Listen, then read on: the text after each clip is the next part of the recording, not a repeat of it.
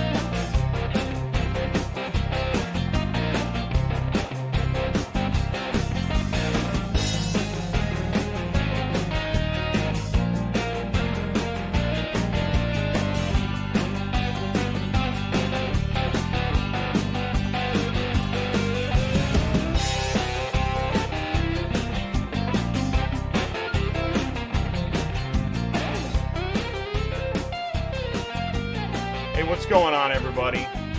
How you doing? Welcome back to Tuesday Nights Live. I'm Jay, your host. I appreciate you guys coming back. Let me know if you can see me and hear me okay. This is a live show. Anything can happen. I see the live chat happening, and man, I think we're good. So, I appreciate you guys tuning in. Listen, if this is your first time here, let me tell you what's going to happen. You are live with Auto Transport Intel on Tuesday Nights Live. And I want you to feel welcome. I run that car hauler every Tuesday night, and that is the theme song for Auto Transport Intel, Dirt Road Traveler. I want you to go in the live chat, say hello. Please let us know where you are, what you're doing, and if things are good, or, you know, if you need help. If you've got a question, please ask your questions. And, of course, you're going to want to stick around at the quarter hour. We're going to do industry news. We always do this. Industry news is national news, social media, companies, products, services, and of course, memes. So if you've got something you want to share or ask, or, you know, autotransportintel@gmail.com, send it to me. By the way, please don't forget to like, subscribe, and share, and tell your friends. Then we're going to go into the information superhighway. And tonight's information superhighway is a car shipping business lifecycle. Why not? We're going to talk about that. It's something that me and Ty talk about all the time. And in fact, we have another CTS this week happening tonight at about the 35 minutes mark. So listen, if you're live right now, awesome. Just settle in. Hang with us. This is a 2-hour show. But if you're watching on demand and you see these times, you can just skip ahead. And also, in the video description, don't miss, I put time codes. You can click on those time codes, skip ahead to different parts of the video. Or maybe, listen, just get the rundown and then go get some dinner, because in an hour, we're going to have Ernest Dandridge live on the show to talk about his auto transport adjustable customized modules to convert 53-foot dry vans into car haulers. It's amazing. It's going to be awesome. And then we're going to open that into a live panel. Paul Roberts is on the show tonight from Max Motorcycle and Car Shippers, and then Ty is going to come back into the panel and hang out with Ernest and Paul and I. This is going to be a great show. Really excited about it. In fact, Ernest sent me an email. This is how this works. If you send me an email, you ask me a question, share information, and maybe a year later you'll be on the show too. That's the way it worked with Ernest. That's why a lot of these shows go. where we get in touch. And if you've got a company, product, or service, send me an email, autotransportintel@gmail.com. You too can be a guest on this live show. Let me know. So listen, we're gonna be right back after this and go into the live chat. Stick around. Are you completely stressed out from all the calls and the contracts and the verification of loads when nobody answers the phone? Call Murphy Auto Dispatch Services today. Murphy Auto Dispatch Services has over 15 years of experience in the transport industry. We are your office while you are on the road. We book, we verify, and we bill out your loads for you. We have an excellent accounting staff and an even better dispatch team. Give us a call today at 417-273-0021. Or if you want to email me, it's murphyautotransport31@yahoo.com. Give us a call today.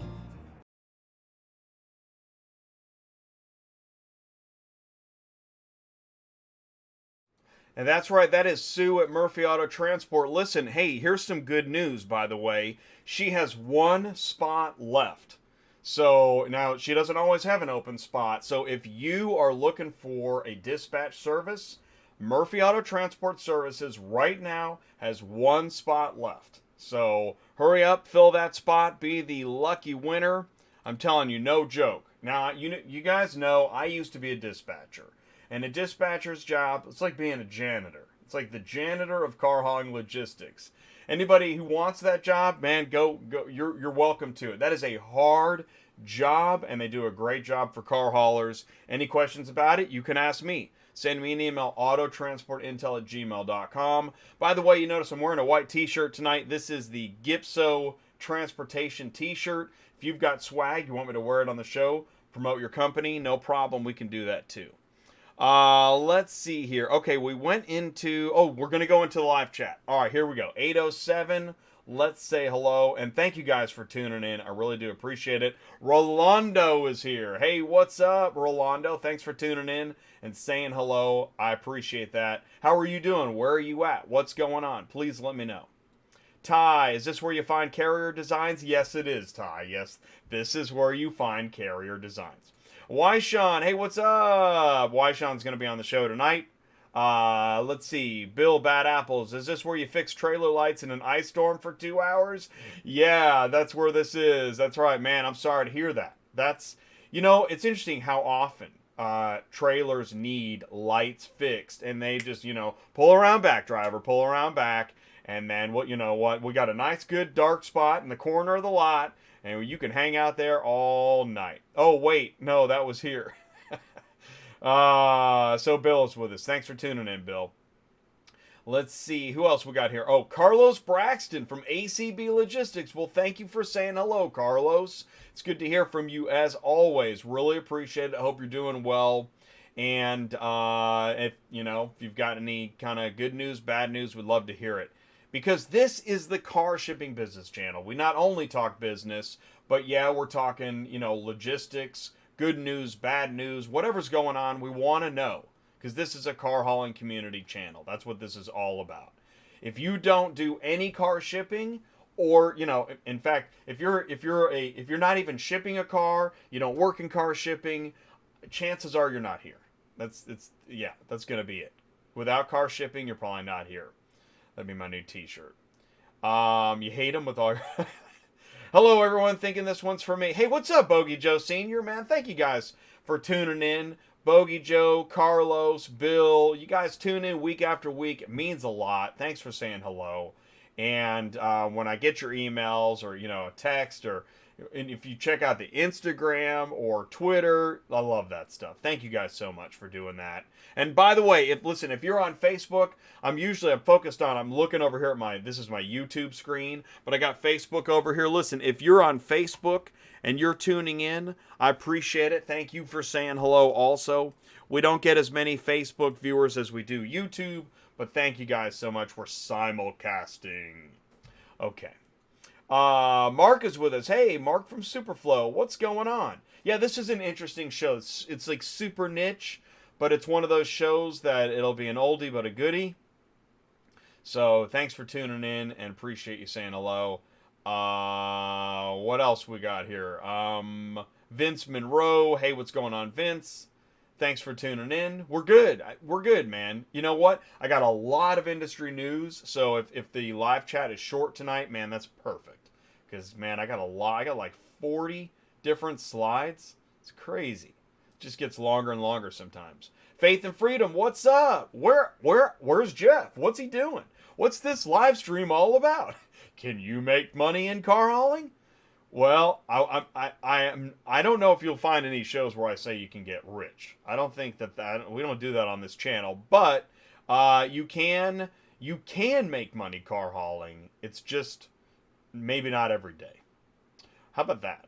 Eric Ray, hey Jay, looking forward to the show. What's up, Eric Ray? Thanks for tuning in. Eric contacted me through, am I right on this? Facebook? Man, I think so. This show's live. I'm live, you're live, we're all live. You just popped my happy balloon. We do that on Auto Transport Intel, probably on a weekly basis. Is that the one and only Jeff Bass? It really is. It really is. Yeah, and there's Sue's contact info. Seriously, you'd be lucky to be the carrier to fill that spot with Sue. You'd be lucky. She's got so much experience. Oh, man. She runs a tight ship, a good ship, an honest ship, a clean ship, a happy ship. What else? Hey, Mark and Superflow can't wait to start moving cars through Dispatch Center. Dude, yeah, that's awesome. That's some awesome technology. We're really excited to have Mark on the show tonight. Playing Package Expediter for a couple of weeks. Yeah, okay. All right, I hear you, man. I'm sorry. Antonio House, hello, looking to get in the business of hauling cars. Welcome to the show, Antonio. This is a great place to start learning. In fact, Ty and I are going to talk about how we regularly talk to folks getting in the business, researching the business, and we're happy you found us because we're going to give you honest advice. There's some good, there's some bad, there's going to be some crying, but you will learn and respect the business. And Tony, if you got questions, Jay and Ty or I can help. That's it. That's right. And that's what's cool, too. The live chat is definitely part of the community. So as the show kicks off and the interview's happening and the talking and the whatnot, you can ask questions in the live chat. This is a great resource. So I thank you for tuning in, being a part of it. Here's what we're going to do. We're gonna hear a word from Ty at CTS. Then we're going to go into industry news. You're not going to want to miss it. Hey guys, Ty, CTS Business Coaching. I connect dealers, auctions, and carriers. If you're a dealer and you're not getting your inventory on the lot in 5 days ready to sell, you've got a problem. It's called interest. Like I'm telling you something you don't know. Give me a call. I can connect you with an auction and a carrier, and you can get your cars on the lot in 5 days or less. 417-483-2764. Thanks and have a great day. Hey, that is my buddy Ty. He's going to be on the show here shortly. But before we go into Information Superhighway and then CTS this week, we are a couple minutes early for industry news, and that's good because we're going to need it. By the way, if the video and the audio get out of sync, I apologize in advance. I got a bunch of programs open. My computer is like, like a dually going uphill with a 7 car. Okay, don't be doing that. But that is pretty much how my computer feels right now. All right, let's go. By the way, this is in industry news, but tonight's show, Ernest Dandridge, Carrier Design Services. We're really excited to have Ernest on the show. I think you're going to be fascinated by the history of car hauling that he knows, and that's not why he's on the show, but he's going to share his knowledge of the history of car hauling. But he is here to talk about his Carrier Design Services company and services and products and information and more. So here we go. Let's kick it off with our favorite lady cat meme. Hey dude, where's my car? I'll tell you when I get there. Ever feel that way? What car shipping customer feels that way right now? You know there's somebody right now that thinks the driver is a white cat. Driver, I have to be home Friday evening. Me. It's Wednesday afternoon. You're 1,000 miles from delivery. You live like 1,700 miles from your delivery spot. Driver, yeah, so I'll be home Friday. Me. The dispatcher. Okay, doing math. I don't know who this lady is, but I love this meme. Great memes. You'll see Facebook pages that like no memes, don't send me your memes. I love memes. Autotransportintel@gmail.com. Says a lot in such little time. Okay. So you don't want to be that driver. That's too bad. You see it all the time, like every week. Let's see here. No DOT number, no MC number, and the driver had the forklift guy push it on the trailer to the point of damaging all the other cars. Seems legit. Yeah, that's your imaginary 4-car. We used to talk about this. Dispatchers, they do know some things, and I do know this, is that's a 3-car trailer. That is not a 4-car trailer. That's a 3-car. Okay. Good. Again, good luck with that thing. The top car's going over the top. It's going to end up on the hood. All right. Now, by the way, this is interesting. Shared this last week, just randomly, that this flatbedder had strapped down these cars. Hey, I get into car hauling. Why not? Let's do it. Well, we got the update on how this went. Here is the white car in the front. He's a dispatcher because he said white car.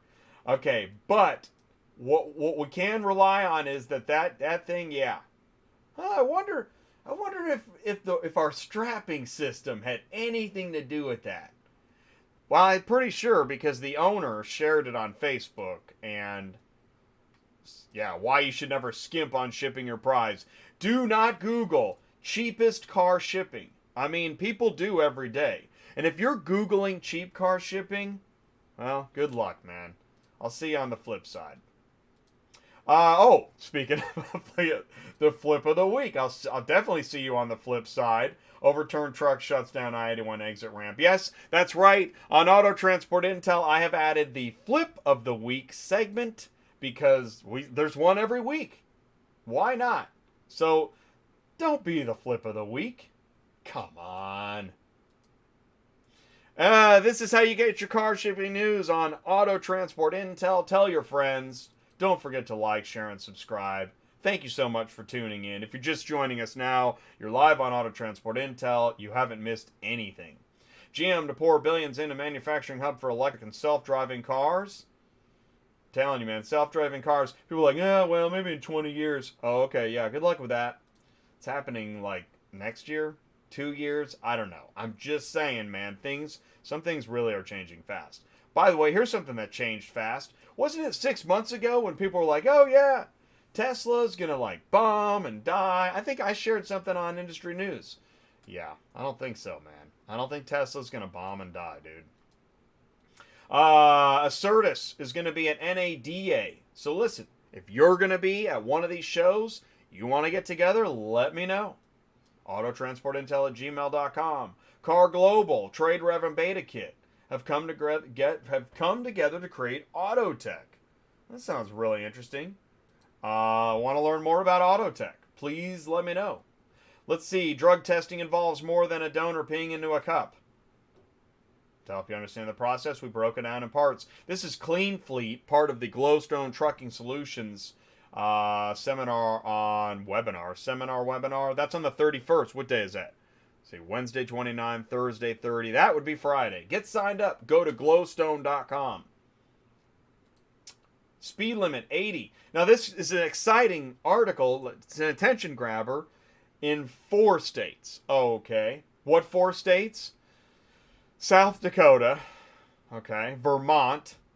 Oklahoma. That's a good one. And Virginia. That's a good one too. Of course, Virginia gets a little hilly, so that'll get interesting. Why not? Supreme Court rejects Wyiishaun's petition to hear Pennsylvania toll lawsuit. Thanks, Supreme Court. You know what? I'm friends with Wyiishaun, and I think you should be too. Wyiishaun, they share a lot of good information, and they fight for truckers. Visit Wyiishaun. Oh, speaking of good news, former Illinois State Senator charged with red light camera bribery. Say it ain't so. Forget about it. Come on. What is the true definition of a car hauler? This is another Wyiishaun topic. I had Mike Matusik from Wyiishaun talking about the definition of a car hauler. In 82, it may carry cargo. In 2004, it must carry cargo. Why? We're talking about the head rack on the car hauler. Now, I know it's great to fight for the truth. And, well, okay, well, so is this not a car hauler? I'm pretty sure that Sean Steinberg thought that was a car hauler. I thought it was a car hauler. But he's got no head rack. Doesn't fit the definition. Therefore, he doesn't get the overhead, the overhang, and you're going to need to pull around there, driver. Go ahead and pull around back there, driver. You are not a car hauler. You don't have a head rack. Well, hang on. Let me bungee cord one of these like Cavalier racks and throw a couple suitcases. I'm a car hauler. So speaking of, I noticed this. Everybody really likes this rig. Love it.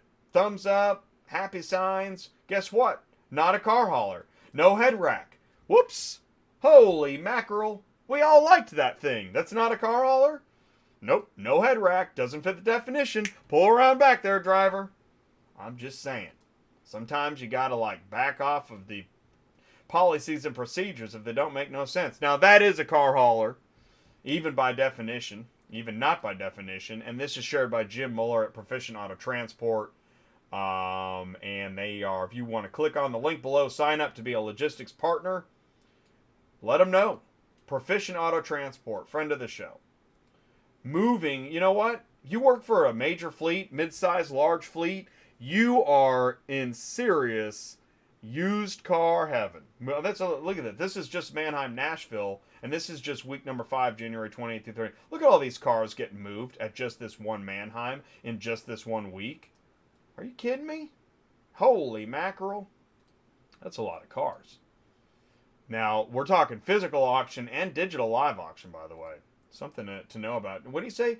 Digital live auction? What is he talking about? Right? Find out. Hey, I said this before, and I'm saying it again. Murphy Auto Transport Services, 1 spot left. You looking for a dispatcher? Sue is in the live chat right now. Ask her what's going on.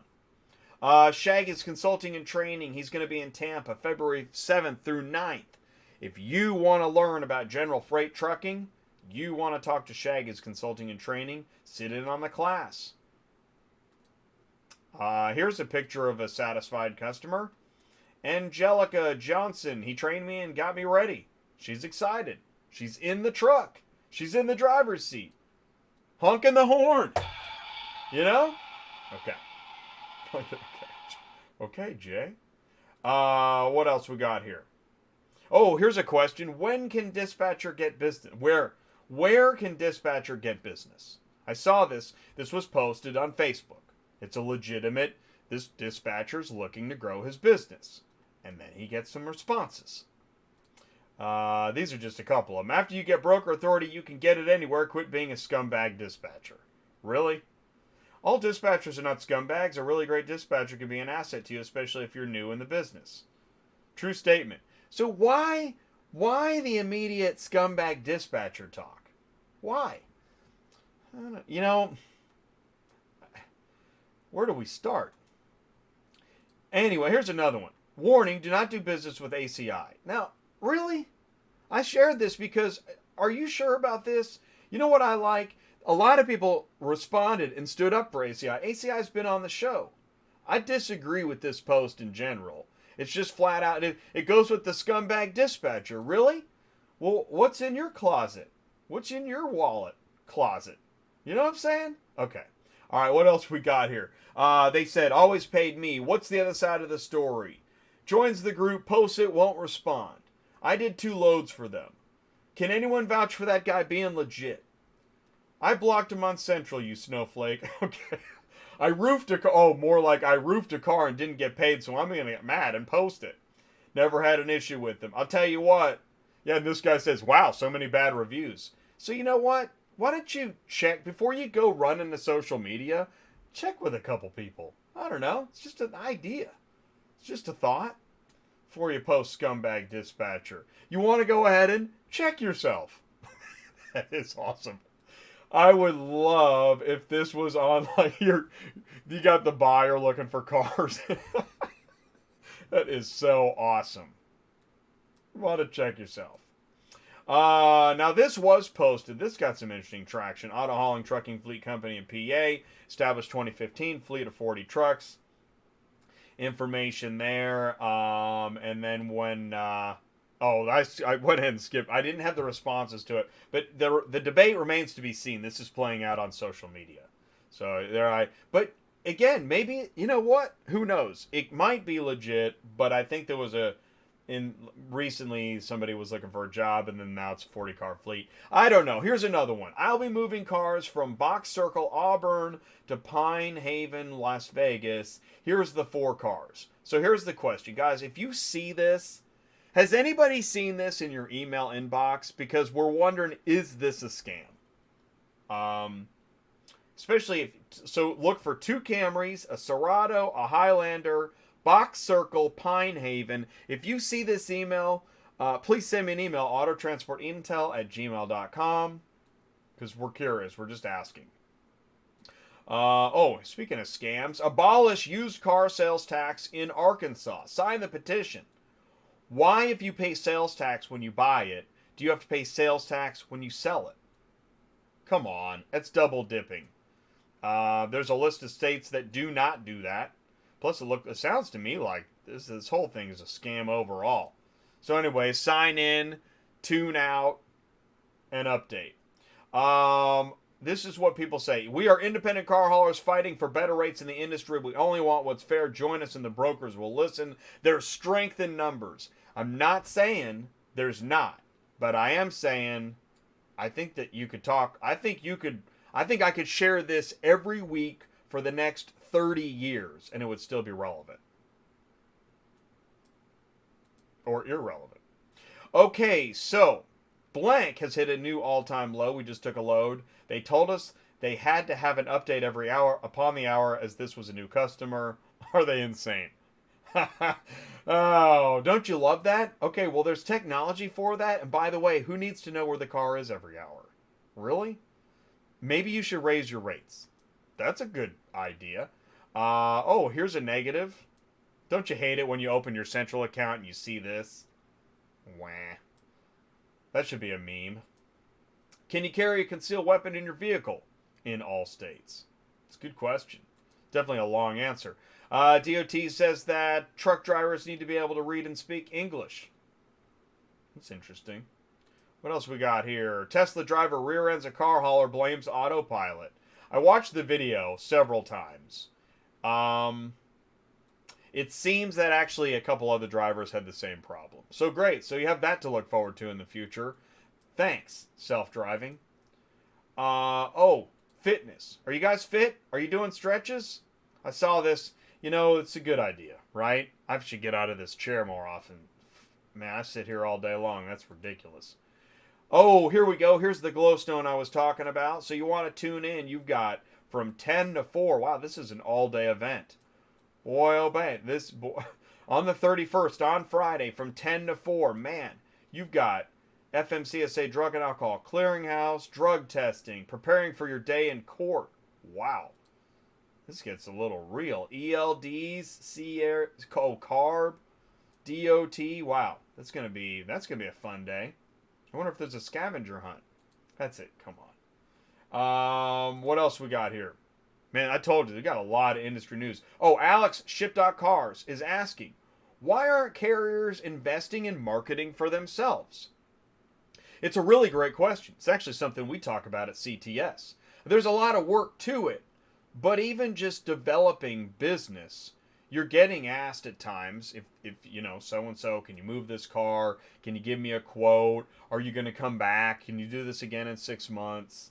That's the beginning of building a customer base, which is not easy peasy. I'm not saying it is.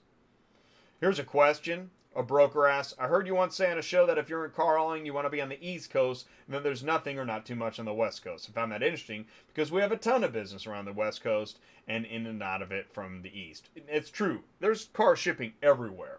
But I do mean that I don't know if it's the load boards or the conversation or the number of car haulers or the traffic or the people or the smog. I don't know. But I do know that, in general, I hear more people talk about East Coast car shipping than West Coast. In fact, from what I've seen, I think West Coast is harder to break into. I don't know. Let me know your thoughts. autotransportintel@gmail.com. Here's an email from Easy Auto Ship. Hey, we currently have a load available from Ohio to Ohio. You interested? Click here to request it. Guys, this is the future, where instead of you finding loads, the loads are finding you. Easy Auto Ship is going to be on the show here in a few weeks. They're going to do a show. It's POV car shipping, brokers helping shippers. That is going to be a great show. You aren't going to want to miss that.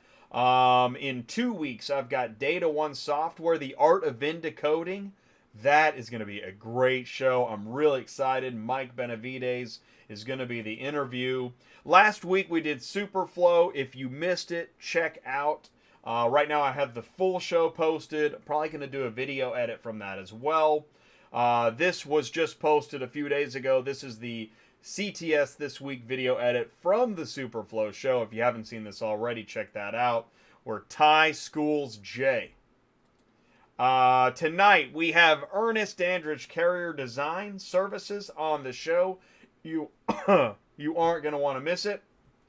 Perfect segue for some ELD Kool-Aid. I hate it when I forget to bring out the Kool-Aid. In fact, somebody asked me, do you have any CDL Kool-Aid? And you know what the answer is? I don't have any CDL Kool-Aid because you don't have to talk me into it. Tonight's show, we're also going to talk about vintage car haulers. A vintage car hauler. These photos get a lot of views. Because, you know what? It is fascinating to look back at the history of any industry. But in this industry, the vintage age of car hauling, how we got here, where we're headed next, how long it's been around. You know, a lot of car haulers in those days came from other forms of logistics. Okay, I want to say this. You know, like everybody else, it's all over national news. I felt personally affected by it as well. You know, there's a pretty deep sadness around this. It's a tragedy. It's an accident, and it took lives that many of us feel some way connected to because of the celebrity aspect. So I want to say this is that I was thinking about how I remember seeing this on Facebook about a month ago. A driver for Ply Car, he passed away.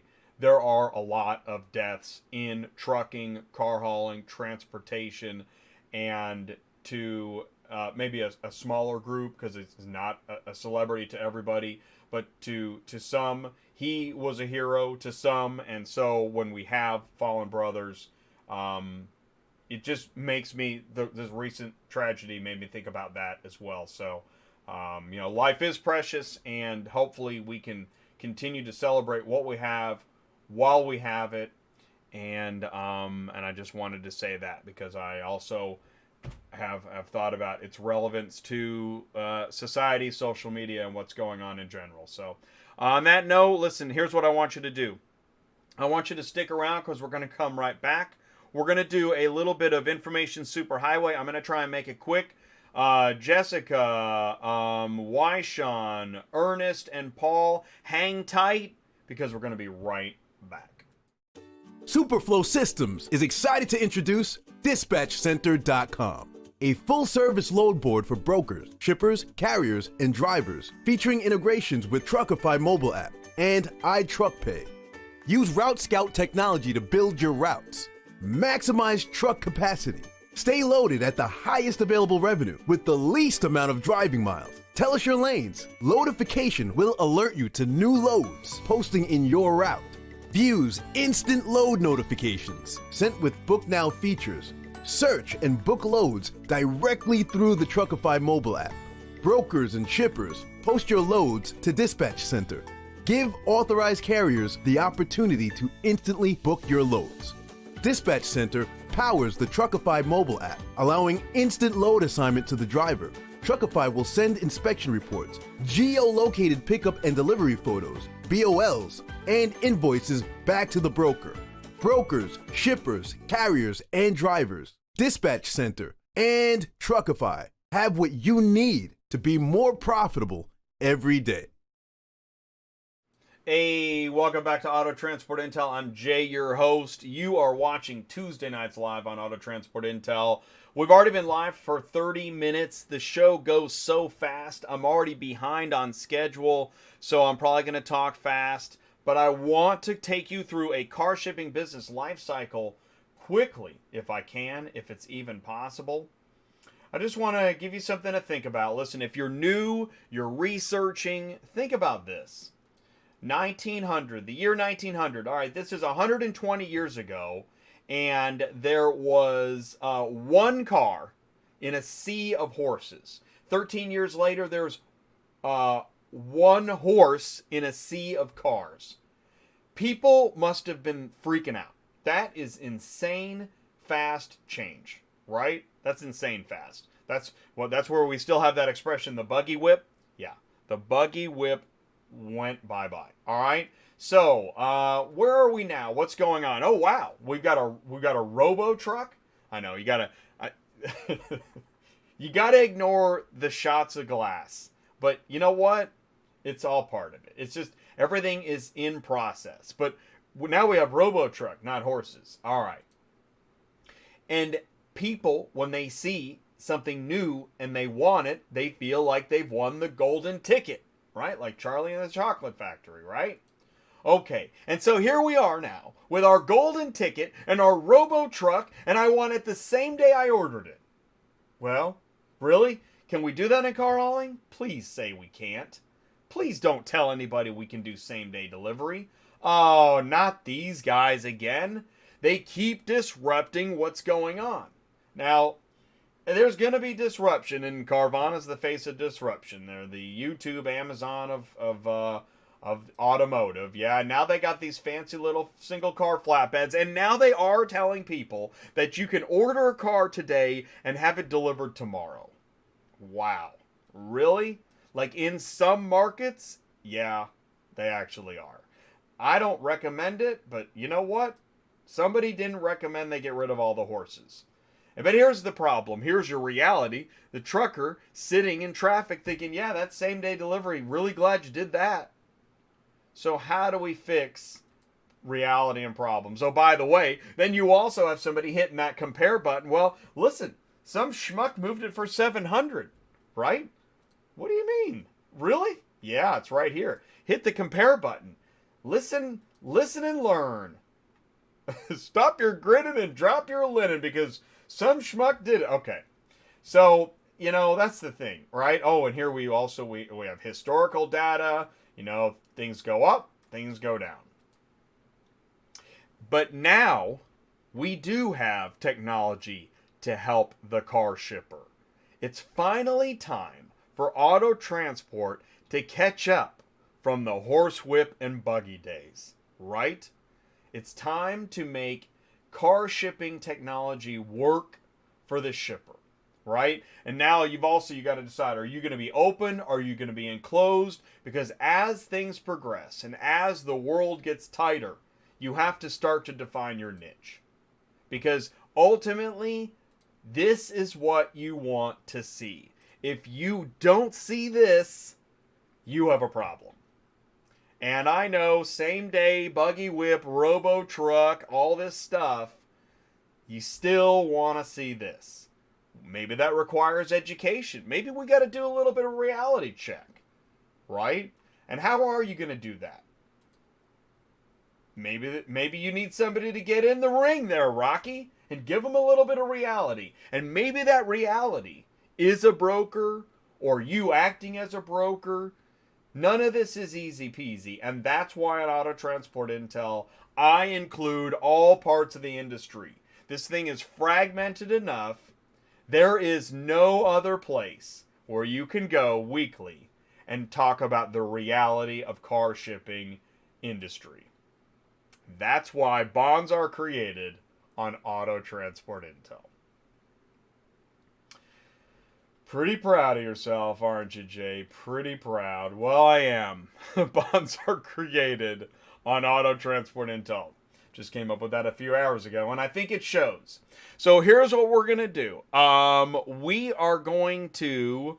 we're going to go into the CTS Business Coaching Question of the Week. Gosh, what is the CTS Business Coaching Question of the Week? Well, I'll tell you what. Right after I change the camera. Oh, there we go. Here we go.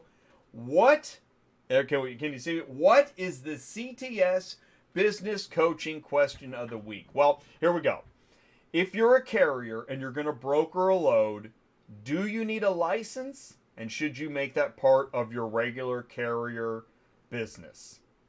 We're going to answer that question right after these messages. Here's what I want you to do. I want you to stick around because we're going to be right back and we're going to talk about it. IATA stands for Independent Auto Transporters Alliance. Visit the website iata.biz. The mission: driving auto transport business together. Drivers, managers, owners, carriers, networking and sharing best practices. IATA provides access to suppliers with discounts. That's right, discounts. IATA, always working to make the car shipping industry better. IATA, something we can all be proud of. If you're a carrier and you're interested in joining IATA, visit the website iata.biz. Click on Become a Member. Follow the register and checkout process. Got questions? Click Contact Us on the website.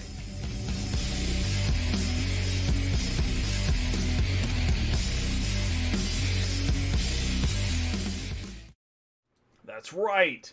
Oh, wait, wrong camera. Hey, what's going on? It's live. Anything can happen. So, all right. So, welcome back to Auto Transport Intel. I'm Jay, your host. This is Tuesday Nights Live. I am wearing the GIPSO Transportation t-shirt because here in a minute, right now, I just sent the invite and they're going to be filing in soon. We got Ty from CTS joining us tonight. And also we've got Wyiishaun and Jessica from GIPSO Transportation, and we're going to do a little bit of CTS this week and catch up on what's going on with them. While they're joining, I'm going to jump back into the live chat. Hey, what's up, John? I see John said hello. Thanks for saying hello, John. That's awesome. Marty is here. You need 1 or 2 flippers, maybe 4. Maybe you might need 4 flippers to get that load. Seaport Service is here. Hey, what's up? Moozy from Truckify is here. What's up, Moozy? CFL Transportation, what's going on? Thanks for tuning in. Really appreciate it. Silver Mint, hey, what's on the trailer tonight? We have got auto transport, adjustable, module, customized, enclosed car hauling systems for 53-foot dry vans. What is he talking about? Seriously, it's pretty amazing. It's actually going to be pretty neat. Ernest Dandridge is our lead guest tonight. That's going to be around 9 o'clock. Danny B says hello. Does this guy ever take a break? Not much, not many. Ill Bill, can I contact you about networking? Absolutely. I am new and just starting up myself. Absolutely. Ill Bill, here's the deal. We do CTS Business Coaching. Actually, that's what's happening right now. What? We're live. Oh, here we go. We got Jessica's with us. And if you go to ctsbusinesscoaching.com, you can sign up there, learn a little bit more about what we do at CTS. We do want to help if you're researching or getting in. Perfect time and place to do that. Jessica, can you see me? You can hear me. Can you hear me? I can hear you. All right. And I see the audio signal seems to be good, so I think the audience can hear you. You're here first. So I am. It's just me and you. Awkward. Okay, no. Okay, so all right. So how are you doing tonight? Thanks for joining me tonight. I'm doing very well. How are you? I'm doing great. I enjoy Tuesday night. I was talking about this. We always do a video and audio test. So we did a test. That was yesterday, right? Yep, last night. Isn't it amazing how fast, like 24 hours? How's the last 24 hours been treating you? No one ever says that. Better than I deserve. Really? That's great. That's good news. Yes, absolutely. What problem solving have you had to do? It's all problem solving, right? I'm definitely a problem solver. I know. Well, I had a customer recently that I hauled the car for, brokered it out, and okay, you brokered a car. Okay. Yeah, so I brokered a car out, and my customer told me it was supposed to go to North Carolina, so I had sent it to North Carolina. It needed to go to Indiana. Oh my God, that's terrible. Hey, what's up, Wyiishaun? Can you see us and hear me? Or see me and hear us? He's tuning in. Man, that's terrible. How did that happen? He had the address wrong. The zip code or just the address or just life? it was going to a facility in Markle, Indiana, which he was sending it to the headquarters in Raleigh, North Carolina. But it's an outfitter, so he thought it was going to the headquarters, but it had to go to the outfitter in Markle, Indiana. Yeah. Now that is I've seen that happen, actually. I know I've been in dispatch a couple times, and usually it's the wrong VIN gets picked up. That's the most common problem. Yeah, Terrible problem. But okay, so it was supposed to go to the upfitter in Indiana, but it just went ahead to its final destination in North Carolina. Yep. Oh, that's a bummer, man. So now, do you end up in kind of all right, do you have the investigation, Senate committee hearing, who's at fault? Did you have to go through that stuff? No, my customer told me. He's like, I screwed up. I'm a genius. Okay. Well, that's good. That's a good resolution when we just realize, okay. So now then you got to get a transporter from North Carolina to Indiana, right? Right, and it was delivered at 4:00 today, so we are good. Okay. So are you going to help then coordinate that, or are you just out, you're done? No, I'm going to be hauling it back from Indiana back to Maine. Well, some cars just like to move extra. That's right.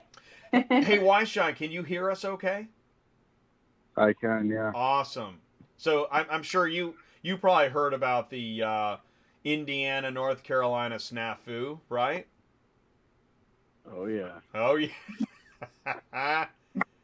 But that the thing about it is that's what our job is, to solve problems, is to offer a service and be able to correct situations like that with and that's what a broker is supposed to do. So when things like that happen, it's just like, all right, well, now you got to be a broker. Car shipping is a lot of dancing, and in fact, it's interesting that because this is one of the topics we're talking about. If you're a carrier, adding a brokerage, because I think sooner or later, unless you're a driver, if you're a driver for a company, you're a driver. But if you're a business owner of a carrier, I think you're gonna feel yourself pulled into brokering at times. And you know what? Go ahead and relinquish to the force. Go ahead and let that happen. Be the broker. Yep. Right? Well, the thing is if we have cars that we can't move because it's not in our lane, or we're not there to move it, or we have too many cars, we want to be able to put cars on other people's trailers legally and protect our behind and our customers behind. And the way to do that is to be licensed and have a bond and make sure that you're getting COIs and making sure that if you need to, you're getting additionally insured, so that your customer, because this is your reputation, you're the one referring them. You want to make sure that the transaction goes smoothly, and that, if something does go wrong, there is any damage, that your customer is definitely going to be covered. And so that's why it made sense for us to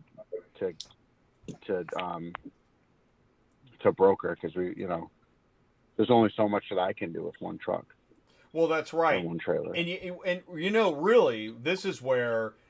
So I guarantee somebody's listening right now thinking, yeah, I've got this same problem. Because you hate to give up a customer to a broker, because you feel like you're kind of starting to give up that relationship. Like, okay, yeah, I'll be your carrier for this lane, and for everything else, you're going to want to talk to this guy. Well, guess what's going to happen? Yeah. Pretty soon you're not in touch with that customer. Yeah. And I mean, if you're not in control of the transaction, then you're going to lose your customer probably eventually, because people come to brokers looking for a problem to be solved. They're looking for help. Either they don't know how to do it or they don't have time to, and they're looking for someone to provide a service for them. So if you're not, taking control over that transaction, then you risk losing a customer. I like the way you said that. Perfect segue. Ty, can you see us and hear us? can't hear you yet. You got to hit a button, but we'll hear you. It's part of the live experience. But that's a perfect segue.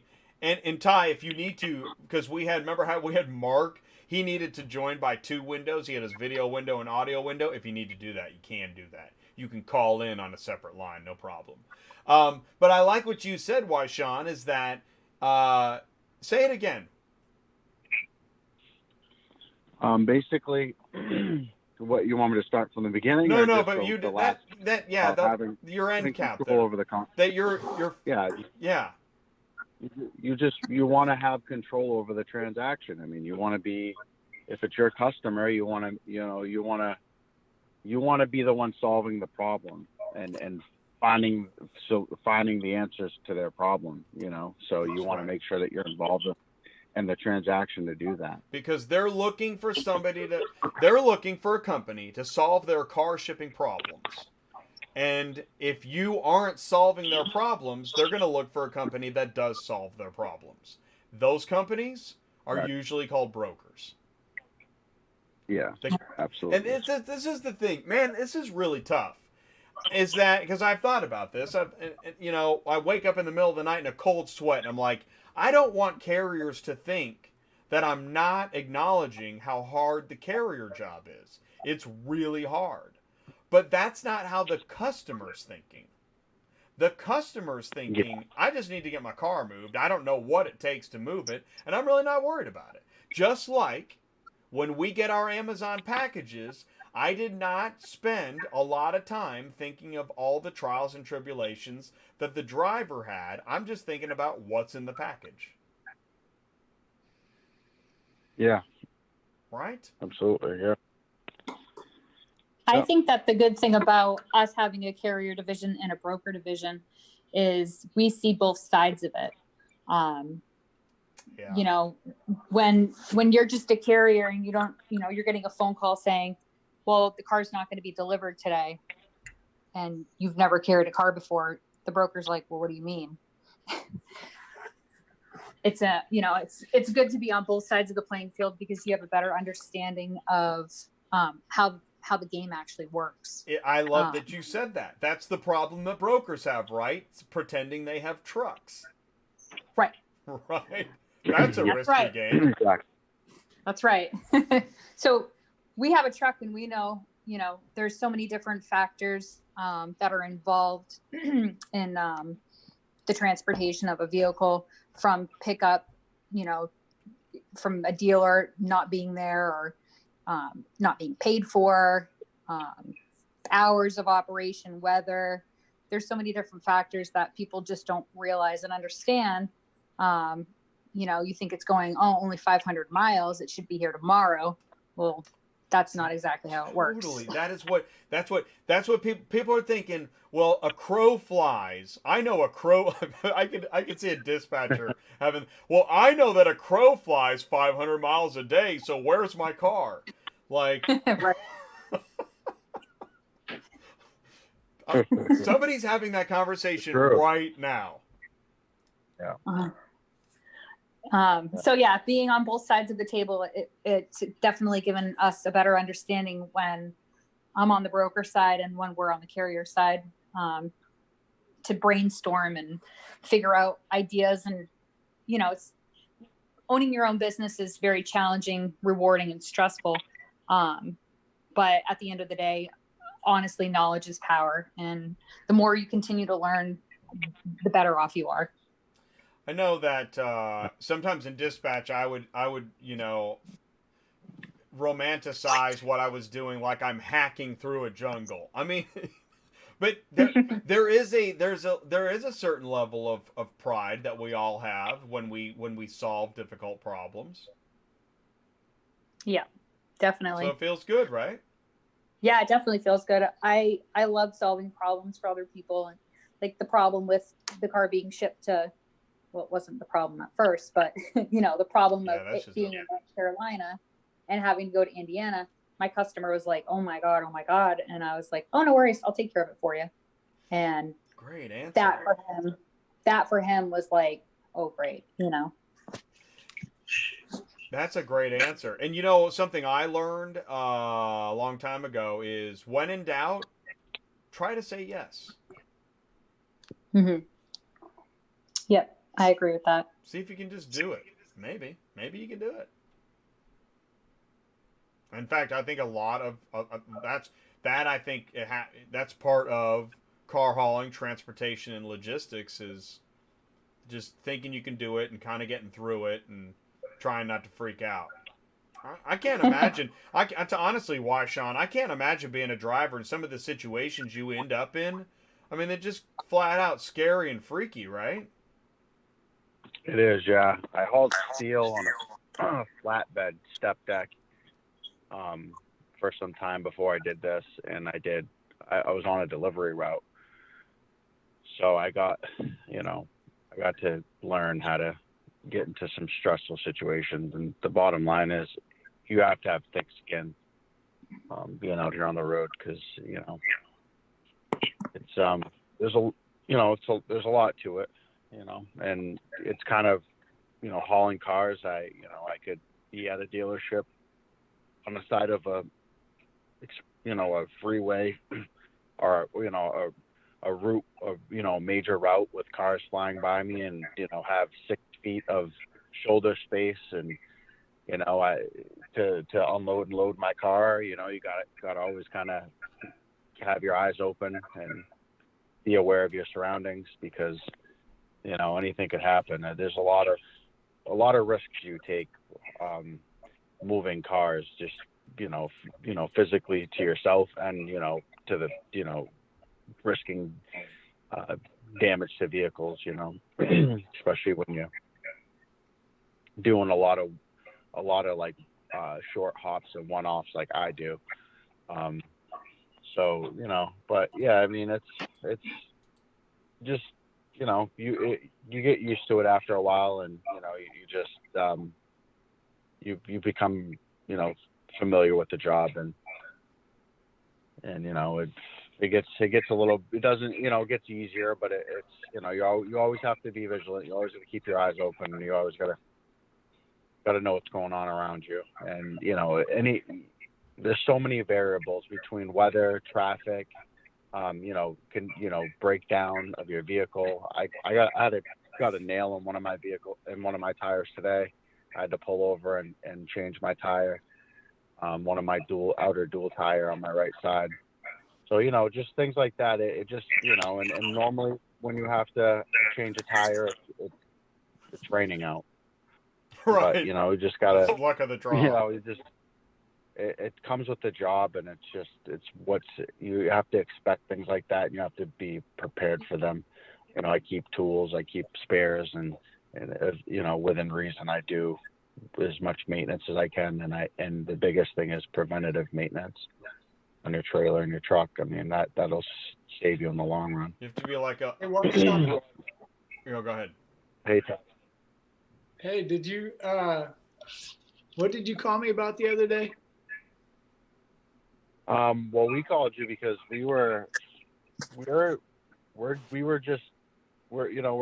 kind of, we've been doing good for the past a little over a year, or like 2 years, coming up on 2 years in April.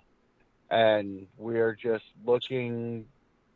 looking for some coaching, some advice on how to build relationships and how to, expand, our team beyond my wife, our dispatcher, Mike, and myself. And we're at the point now where we're just trying to build relationships, and we're trying to get some advice, and we know that you guys are that you specifically, when it comes to transportation, have a lot of advice to get, and a lot of wisdom. So we're calling you to get some advice, to get some coaching and some mentoring, so that we could try to figure out this next stage of our business. Yeah. What was the other thing you were doing? You were talking about a truck, right? Yeah. We're in the process of purchasing an 18-wheeler, not an 18-wheeler, but a tractor, a class They call it a Class 8. I think somebody was clowning on me last time because I made a comment about it, but it's a single dual rear, 65,000 gross combined. I think it's a 23,000 pound rear axle. I mean, more horsepower, more torque, and it's just not only that, but it's just a bigger application, better brakes, better for hauling 5 cars, because right now we're hauling 5 cars with a dually pickup truck, a 1-ton pickup truck, and you know, it's done its job, but it's just it's not, you know, Just getting tired. It's not necessarily getting tired. This is our second truck, and this one only has 60,000 on it, but it's just, you know, it's risky when you're running a business with a piece of machinery that, you know, it's like if you own an apartment building, you don't want 8 people living in a 2-bedroom. You know what I mean? You want 2 people living in a, or 1 or 2 people living in a 2-bedroom. You know, so it's like, I just to use that as an analogy, it's like I feel like when I'm hauling, you know, my Mini 5 with this truck fully loaded, like I'm just pushing it to its max. I'm pushing it to its limit, and it's just it's risky. You know, safety wise and longevity wise, it's not the smartest thing to be doing. And I'm saying that from experience. It really isn't the smartest thing to be doing. So we're looking at buying a bigger truck, something that will be safer, more suitable for our application. And yeah, so we did have a conversation about that. So what have you guys been doing? How long have you been in business? We've been in business since April April 2018. 18. We're going on 2 years. We met last year, right? 2019. We met you around this time last year, but we met Jay around this time 2 years ago, because I was on one of his shows, featured on one of his shows. I called in as a newbie, I think it was, and I asked a bunch of questions and was picking his brain. So that was about 2 years ago around this time. Yeah, because we started in April, so it was right around this time. Well, one of the things that I think is really cool is that, you know, you guys are a huge part of our lives, just like Jeff Bass. If Jeff Bass is still out there, Jeff, call me tomorrow. But, you know, to watch you guys and to see you guys and have this relationship with you guys really emphasizes to me the importance of relationship, because that's what I was talking about. So you know, and when we talked, what was that? Last week we talked? Mm-hmm. Yep. Yeah, it's like really cool, because I don't want anything, do I? No, not at all. What you want is God. What do I want? Yeah. What you want is Yep. That's right. Yeah, I want you guys to succeed. And it's a relationship, isn't it? How's it going with that? Some of the things we talked about. What's your takeaway? We went and spoke with our customer and got some insight on some of the things we spoke about regarding auctions and all that fun stuff. We offered a ride. He took us up on it, so we're working on that. Worked. It did. Told you, didn't I? That's right. Our dealer always take a free ride to the auction, man. Guaranteed. That's right. Especially That's when cool. you have an empty 5-car caller ready to pick and drop for you. Yeah. So what was the point behind that? Why do you want to take that guy to the auction? We want to take that guy to the auction so we can meet other people. we need more of him. Yeah. So. Yeah. So he's going to take you guys. I mean, you're going to go with him. Yes. Yeah. He's going to. He said that he's going to bring us to the next one that he goes to. Awesome. And he's going to let me get him up. Awesome. So. Yeah, super cool. Well, Jay, how are we on time? We're doing good. Keep going. Okay. I got Ernest on standby. He's good. Okay. But one thing that I do want to say to, you know, anyone out there listening who might want to start this in this industry, having a team is very important, because you can be, you know, you can be a jack of all trades, but I mean, it's just there's a lot of moving parts to this business. So I'm very thankful that, you know, my wife is involved. She invoices, she does all the logistics. She handles all the customer service, and we also have a dispatcher that dispatches for us, and all I'd have to do is drive and do maintenance on my truck and trailer. You know, so it's a lot more professional for our customers. It's a lot more efficient for us to be able to provide a service when it's not just me trying to do all this on my own. You know, I remember listening to a show about a year ago, and there was a couple on there, and I think the guy was like, yeah, you know, I made about $240,000. And I was like, wow, you know, I just thought in my head, like, wow, that's a lot of money. You know, that's, you know, even with all the expenses, that's a lot of money. And I thought that until the last time I filed my taxes. and when my wife shows me the QuickBooks, you know, at the end of the week and at the end of the month, there are a lot of expenses in this game. So if you're happy with, you know, I think what happens to a lot of people is, you know, once they get through their first couple of years and they can't justify how much they grossed as opposed to what they net, and it's just too much to them. They can't understand it. They can't make sense of it, and you know, it's kind of like a kick in the gut. So I think that's, you know, a big reason why a lot of people kind of just fall out of this industry. So, you know, don't let people people are going to tell you, oh, I make $5,000 a week. Oh, I make $3,000 a week. I make $10,000 a week. I make $12,000 a week. It's not what they're bringing home. The more money you make, the more expenses you incur along, you know, each day. So, you know, it's not all as it's not as pretty as a lot of people try to say it is.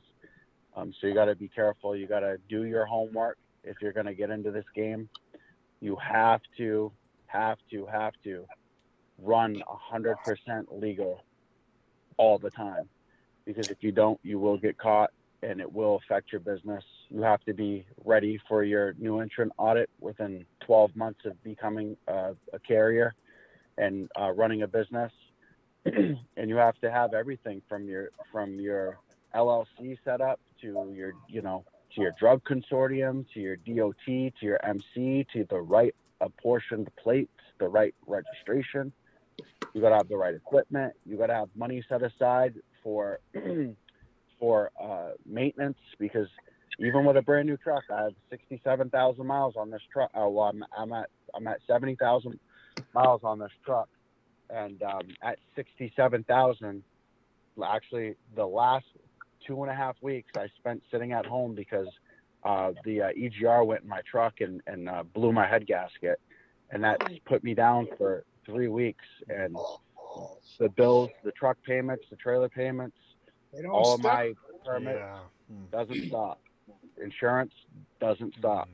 So you just be prepared. I'm just trying to give it to people real and say, listen, there's a lot to think about when you're in this game. And if you don't have the right team, and you don't have thick skin, and you don't have the skills to go out and get your own customers, and you don't have money set aside, you think really hard about what you're doing before you do it. It's a good word.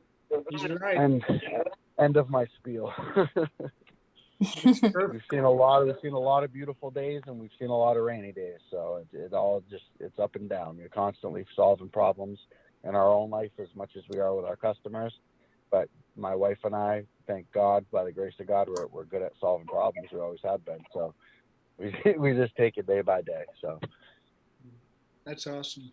Well, I just want to say thank you to both of you, Jess and Wyiishaun. You guys have It's been amazing. There's a real small group of people that I call really good friends, and you guys are one of them. So keep at it and call me if you need me. We will, Likewise. Ty. Thank you. We will, That's Ty. awesome. Thank Jay? you, Jay, too. Yeah, I really appreciate you guys coming on the show tonight. I remember the show when you were on. It was a while back. I was going to start looking for it, but I didn't want to take the time to look. But, yeah, that was a while back. So, I mean, thanks for being a part of Auto Transport Intel and sharing with us your thoughts. And this is a family business. We say that. This is a family business. Trucking is.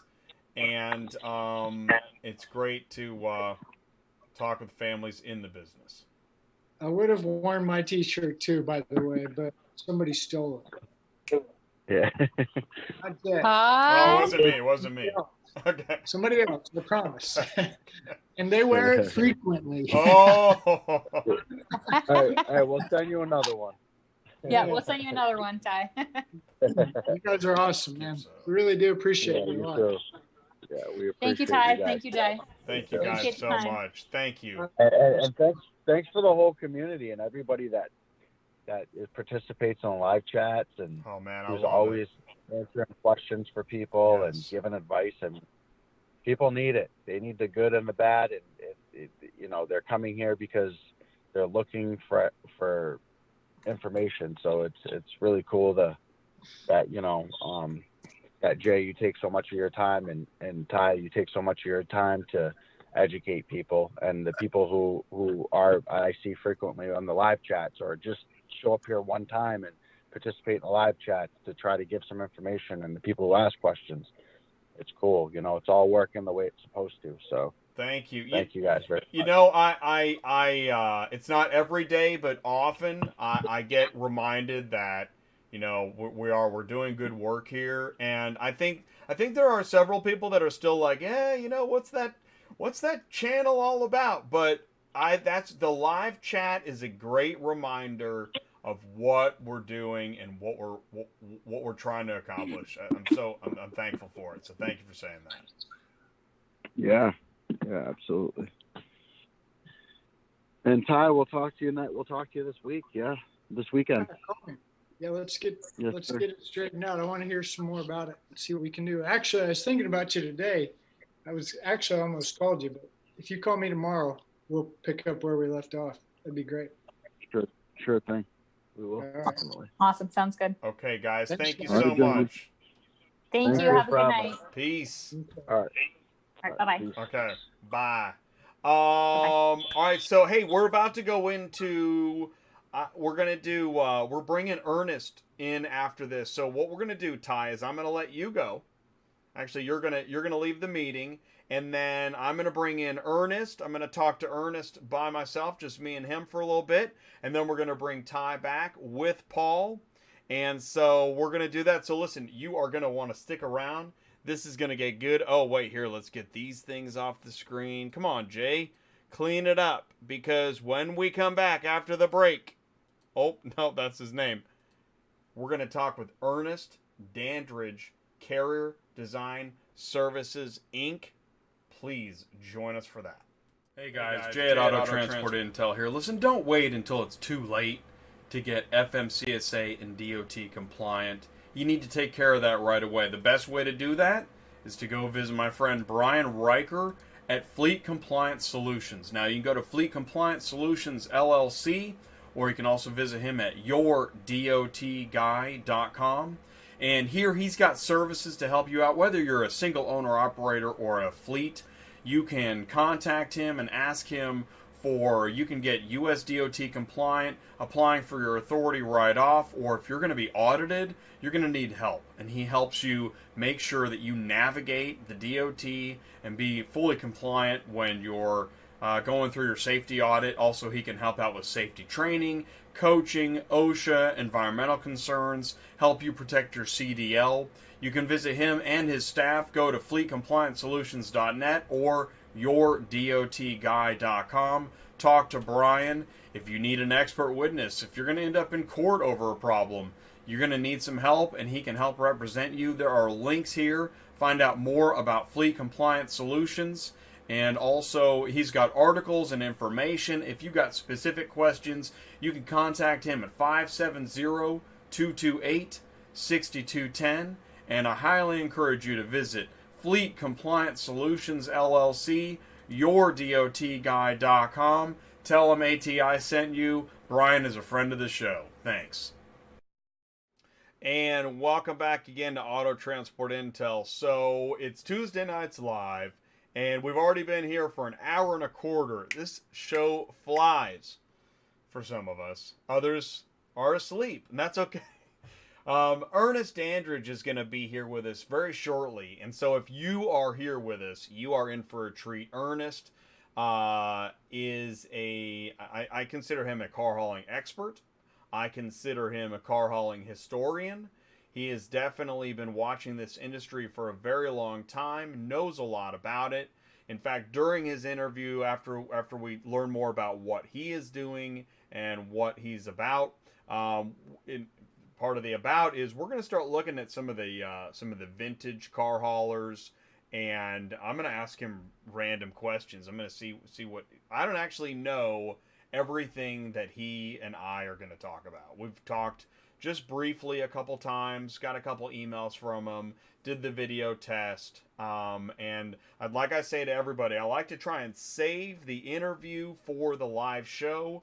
I hate to do the show before we do the show, and it doesn't mean that everything is a live show. Listen, I also say this sometimes about life. Like, you know, if you're at Disneyland with your kids and all you're doing is taking photos, listen, you can either live it or record it. It's really hard to do both.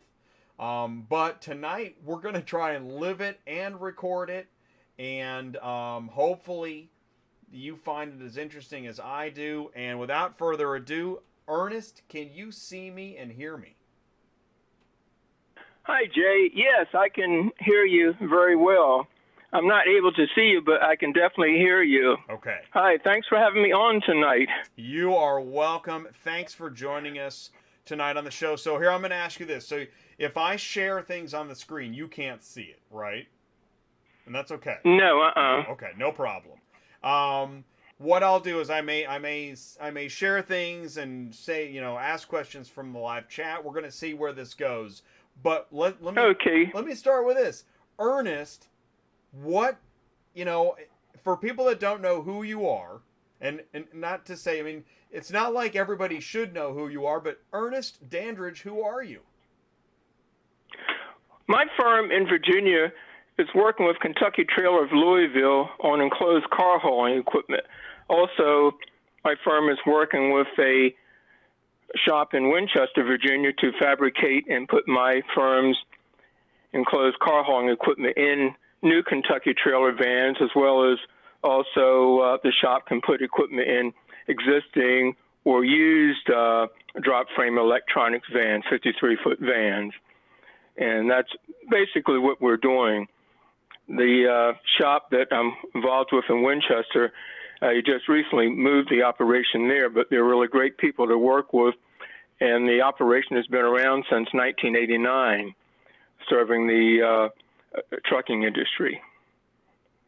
Wow. So like somebody right now is like, whoa, I really want to ask Ernest some intense technical questions. And so if you have, if you're listening right now, if you're live right now joining us, ask a technical question. If you're watching this on demand, you can put it in the YouTube comments, and I'll be sure to make sure that Ernest gets the question and see if we can get an answer. Because essentially, you told me this, and this helped me get perspective of where you are in your career knowledge. Is that when you were a kid, and what happened when you were a kid? You were telling me. Well, I've always been interested in car hauling. I was a little kid who used to like to hang around the car dealerships and watch the car haulers unload the cars. I was more interested, or as much interested, in the car haulers as the new cars coming in. And fortunately, actually, back when I was a teenager, late teens, I had the opportunity to meet the head engineer at that time. Was the biggest Ford auto hauler in the country. It was a company called New Car Carriers, NU-CAR Car Carriers in Bryn Mawr, Pennsylvania. and the head engineer actually took me by the hand and showed me how to do trailer layout work. And it was really great to have him help me do that. So that was really a good boost to help me get started. And that was open rack car hauling equipment. And then years later, as an adult, again, Philadelphia area, I was recruited by a gentleman putting a van hauling operation together. It was sort of a Stinger type van hauling operation together to haul cars in enclosed trailers. And that was my first exposure to enclosed hauling as far as working on the equipment. And then later, the company got sold, to make a long story short, and I got involved with the Kentucky Trailer people in Louisville, and they've really been great people to work with. So somewhere along the way, and maybe it was early on, you found an interest in the structure and engineering, materials, design, right? Yeah, actually, I was fortunate enough. The head engineer at this Ford auto hauler said, well, I should go out and actually see how equipment is utilized. So I went out to various Ford plants and watched how car haulers were loaded and so forth, and stood beside loading managers to see whether you should back a car on, drive a car on, and worry about tilting the car at the right angle to make sure you're under 13.6 and so forth, or looking at your overhang and so forth. So it was really great to have that experience. And, you know, the old expression, you get thrown in the deep end of the swimming pool and you're better versed on how to swim. The first plant I really studied, it's no longer in existence, was the Ford Malwell, New Jersey plant. It was a huge diversified plant where they built sedan cars, station wagons, Ford pickup trucks, and a few Ford medium-duty cabs and chassis like F600s and so. So you can imagine the kinds of mixed loads that came out of that one plant, where back in those days, it was a huge production operation where they probably finished about 1,200 vehicles a day. And imagine that kind of mix in vehicles and what kind of mixes you would see leaving on the car hauler. So it was really a great experience learning at a really diversified assembly plant. And then I learned going to different trailer manufacturing operations to see how the trailers are actually built. First open rack car haulers, and then in more recent years at the various Kentucky trailer plants. Their original plant in downtown Louisville, and then they opened up a brand new state-of-the-art plant back in around 2008 or 2009 in Riverport outside of Louisville. So again, I've tried to broaden my experience and exposure to the car hauling industry and learn as much about it as possible. Wow. You're making me think. I know that's where, like a professional Stinger driver, I mean, he has got to know and understand how to move the vehicles around to make sure that he scales properly. And so there you were, like, learning, oh, wow, this is a thing. I mean, who would know that, right? If you hadn't been introduced to that, how would you even know that's a consideration? And then... Yeah, you have to really understand space utilization and mechanics of things.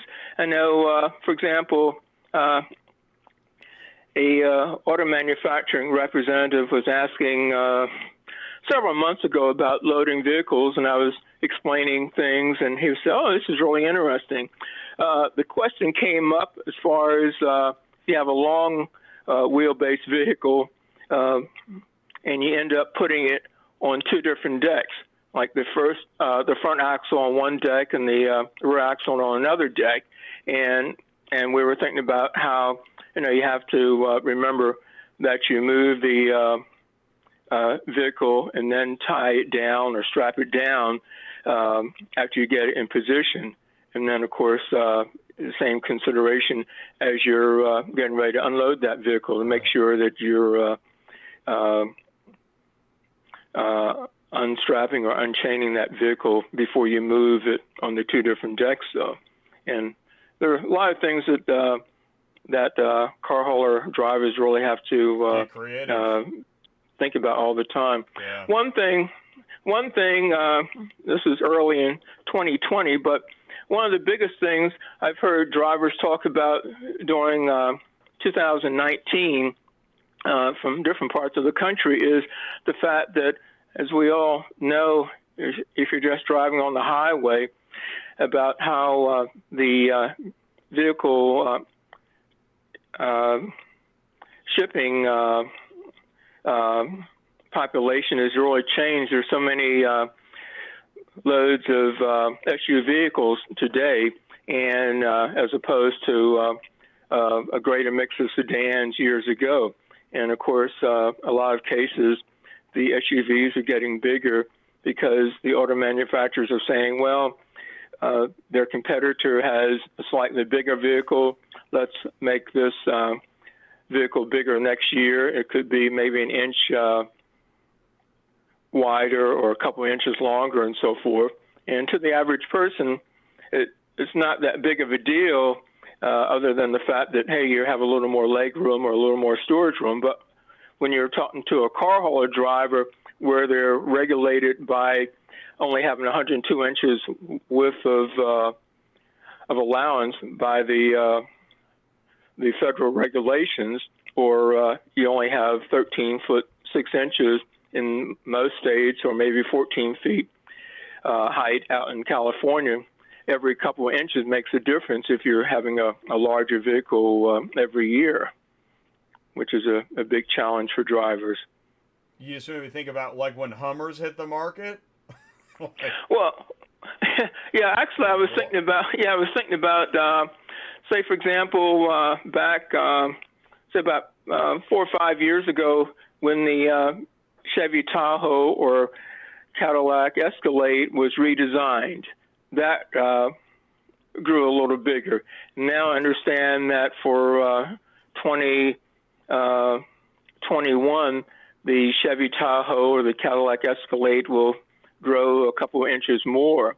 Right. So that would be more of a challenge for car hauler drivers, because at the same time, the federal regulations aren't going to say, okay, we're going to let you have more than 102 inches width on the trailer, or more than the 13.6 or 14 feet high height-wise. So there are always those challenges as far as vehicles getting bigger, as far as the what's being shipped in the country. I was just reading that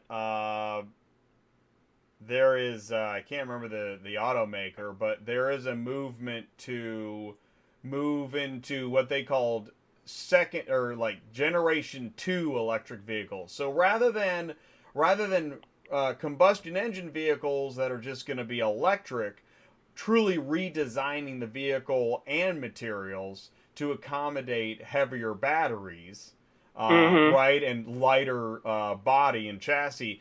So hopefully some of those changes actually help cube out instead of weigh out, which is what's happening now in many cases. Well, it's both, but hopefully. I know,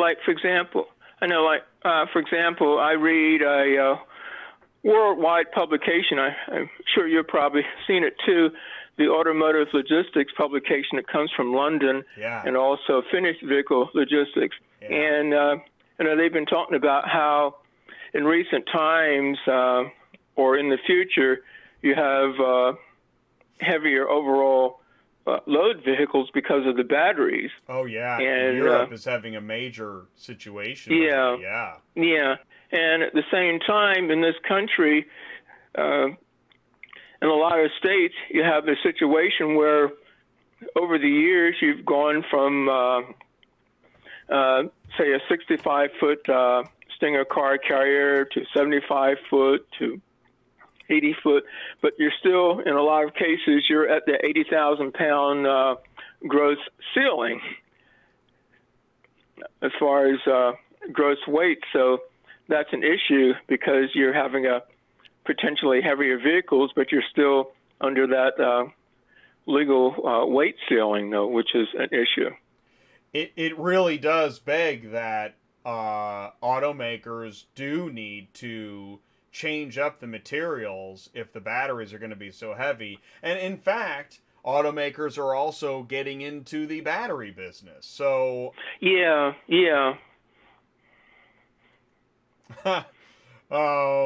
It's interesting how this is one of the reasons why I talk about that really learning how to expand and grow as a car shipping business is not just about focusing on the driving and the rates, but the changing in the vehicles, what's happening at the OEMs, especially if you're going to be a fleet driver. Yeah. You know, I'm sure some guys show up places and like, really, what happened to this car? You know, and how about that Tesla Robo truck? That thing is gigantic. Yeah, I know. Yeah, it should be interesting to see when that really gets out in the marketplace, though. I know. I'm really curious. Actually, I think many of us are very curious for multiple reasons. But here's what I'm going to do. I'm going to Paul just asked when we were going to invite him. I think this is a great time to invite him. I'm going to send him an invite here. I'm going to bring Ty back from the I've got Ty in the waiting room, and we're going to keep going. So I mean, we've got all night. And I'll tell you what, I'm excited to have you here. And I'm going to also read some live chat because Ernest, you are a real expert. You are a design expert. Well, what happened was, as I said, I've always been fascinated with car hauling, and I'm going to mention a name that probably everybody in the industry has heard of, the late Don Cottrell.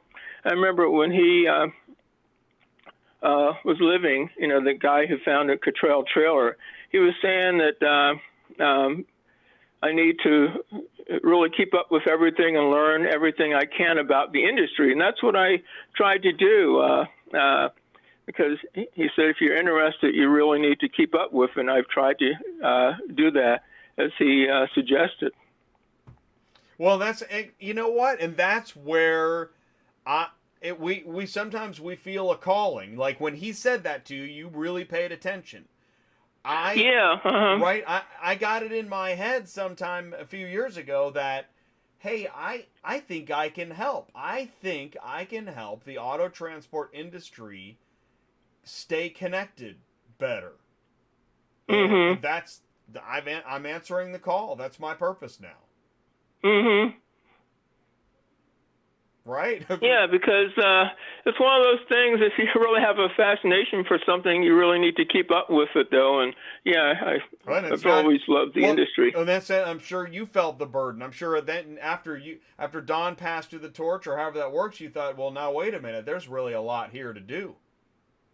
Yeah, and it's one thing also, too, not to take anything away from other areas of the trucking industry, but the thing about car hauling, it's a commodity that, you know, as I was mentioning, it's always changing. Cars are always changing every year or almost every year, and it's a big challenge, whereas a lot of other types of goods that you're hauling don't quite maybe change as much as car hauling. So it's a unique area of the trucking industry. Well, it is a unique, I'm going to say commodity, in that this is, other than people's homes, this is oftentimes their biggest financial investment.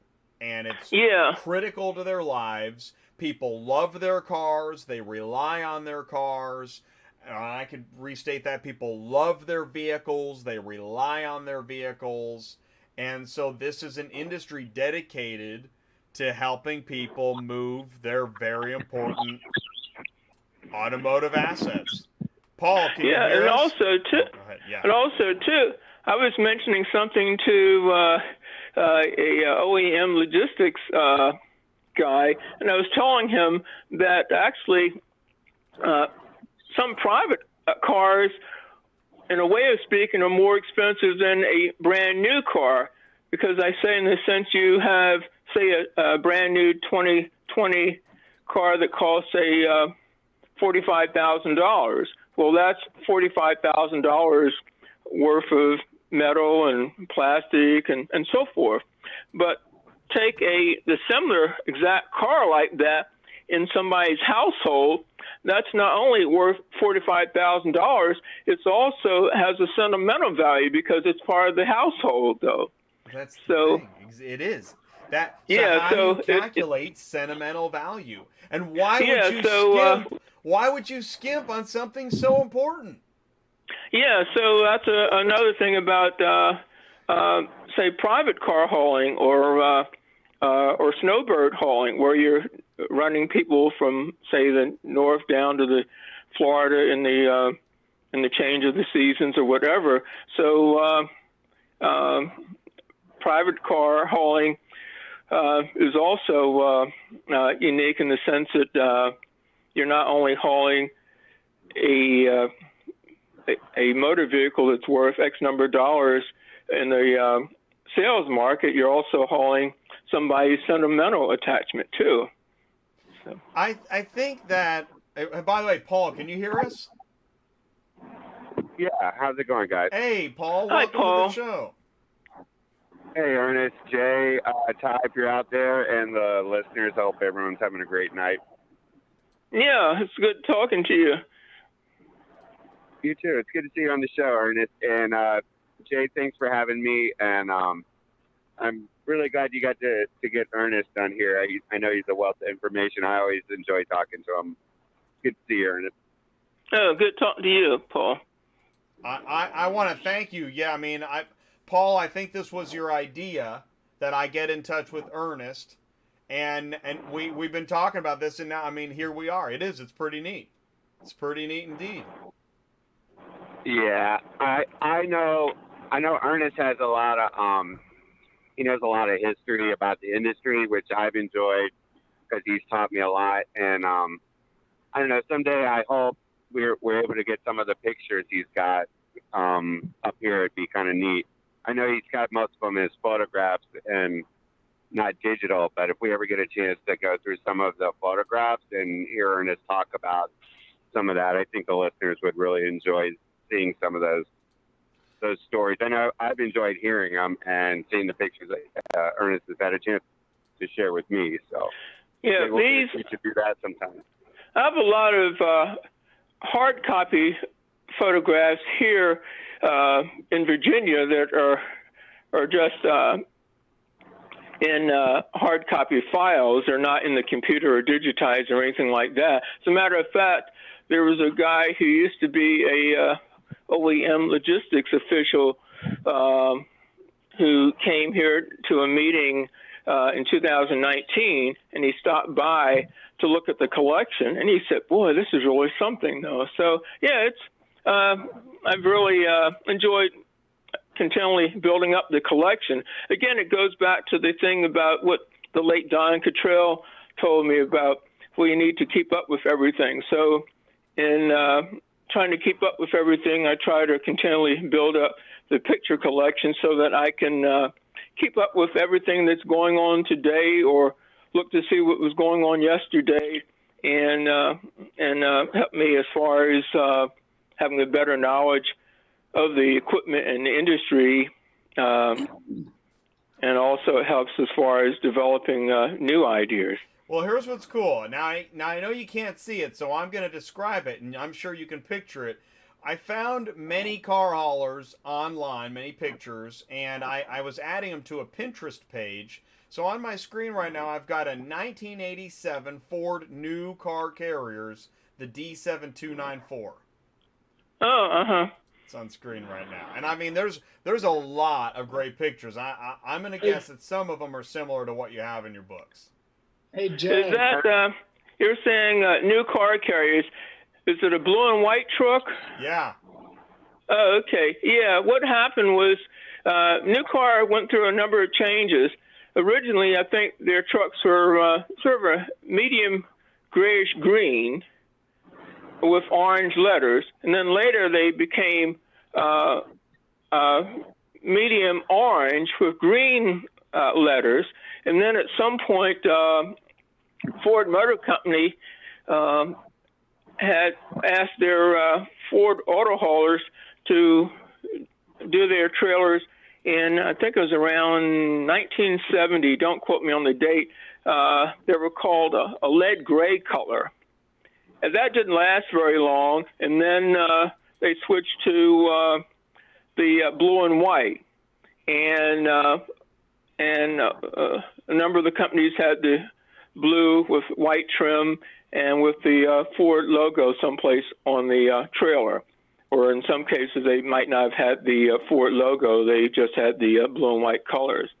And that was a big thing with Ford and the Ford auto haulers. That's cool. I don't know how you know all this stuff, Ernest. I know, it's awesome. It's sort of like we had a late friend of the family. He was in the military, passed away a couple of years ago, and he could quote statistics from different sports players, like what kind of statistics a football player had in a pro football team, or what kind of statistics a baseball player had in the major league ball field, and people were fascinated. I remember I was saying at this guy's funeral, he probably knew more about some of these sports stars than their families did, though. But so I guess it's the same thing of you try to keep up with your particular interests that you have, though. Right. That's pretty cool. I'm probably the smallest car hauler that you've ever in the history of car hauling in your collection.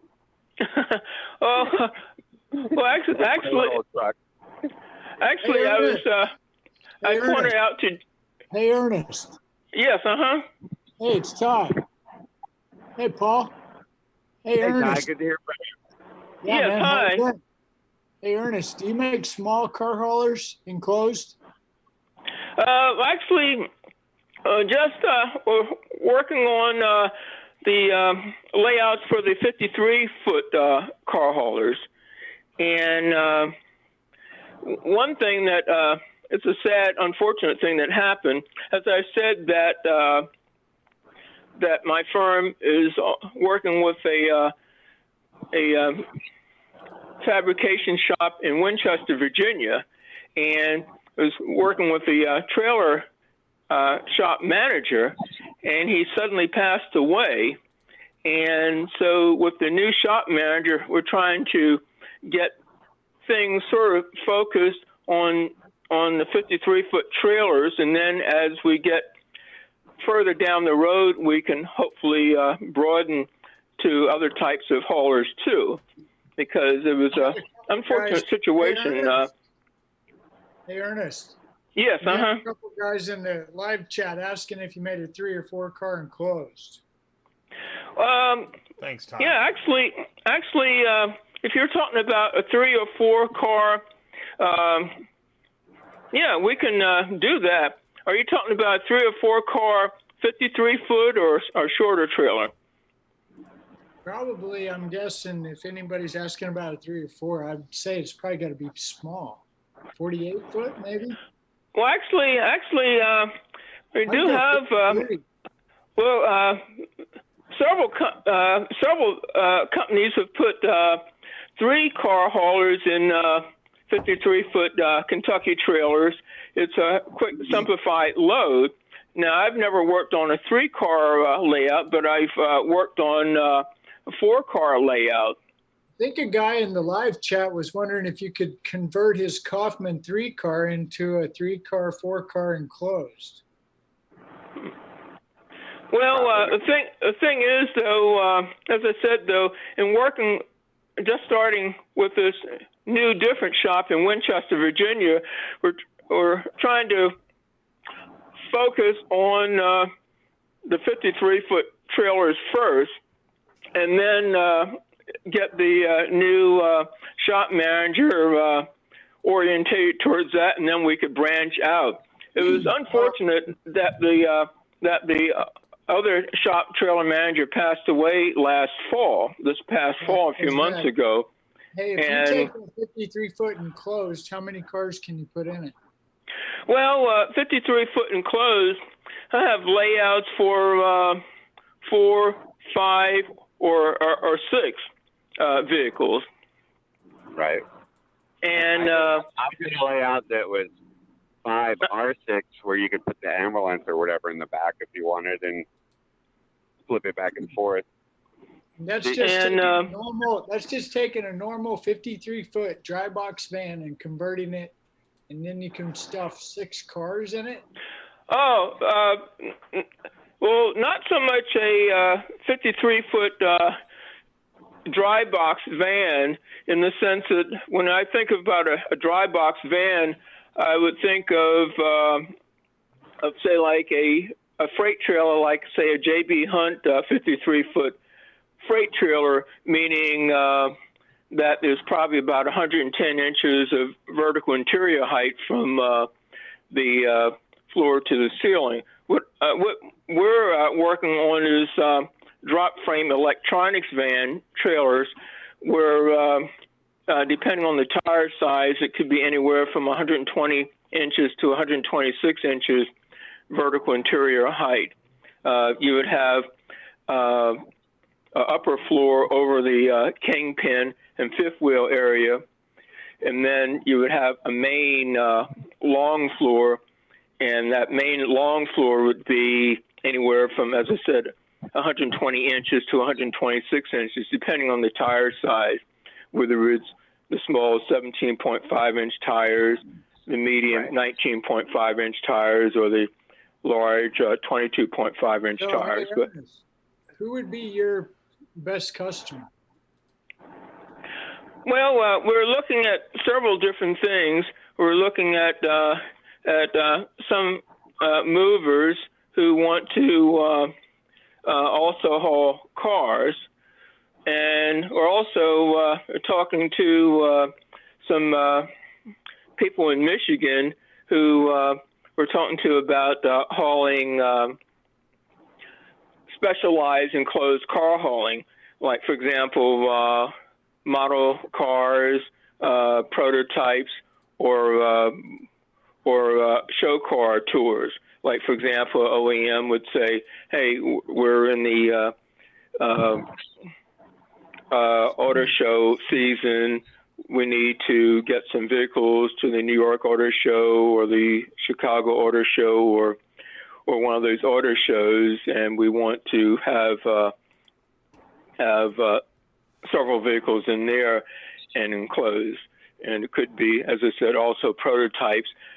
Somebody might want to haul some 21 vehicles or something like that, or something that is even more exotic. Maybe it's a experimental vehicle that might not even get out into the marketplace, but they still want to haul it in an enclosed hauler.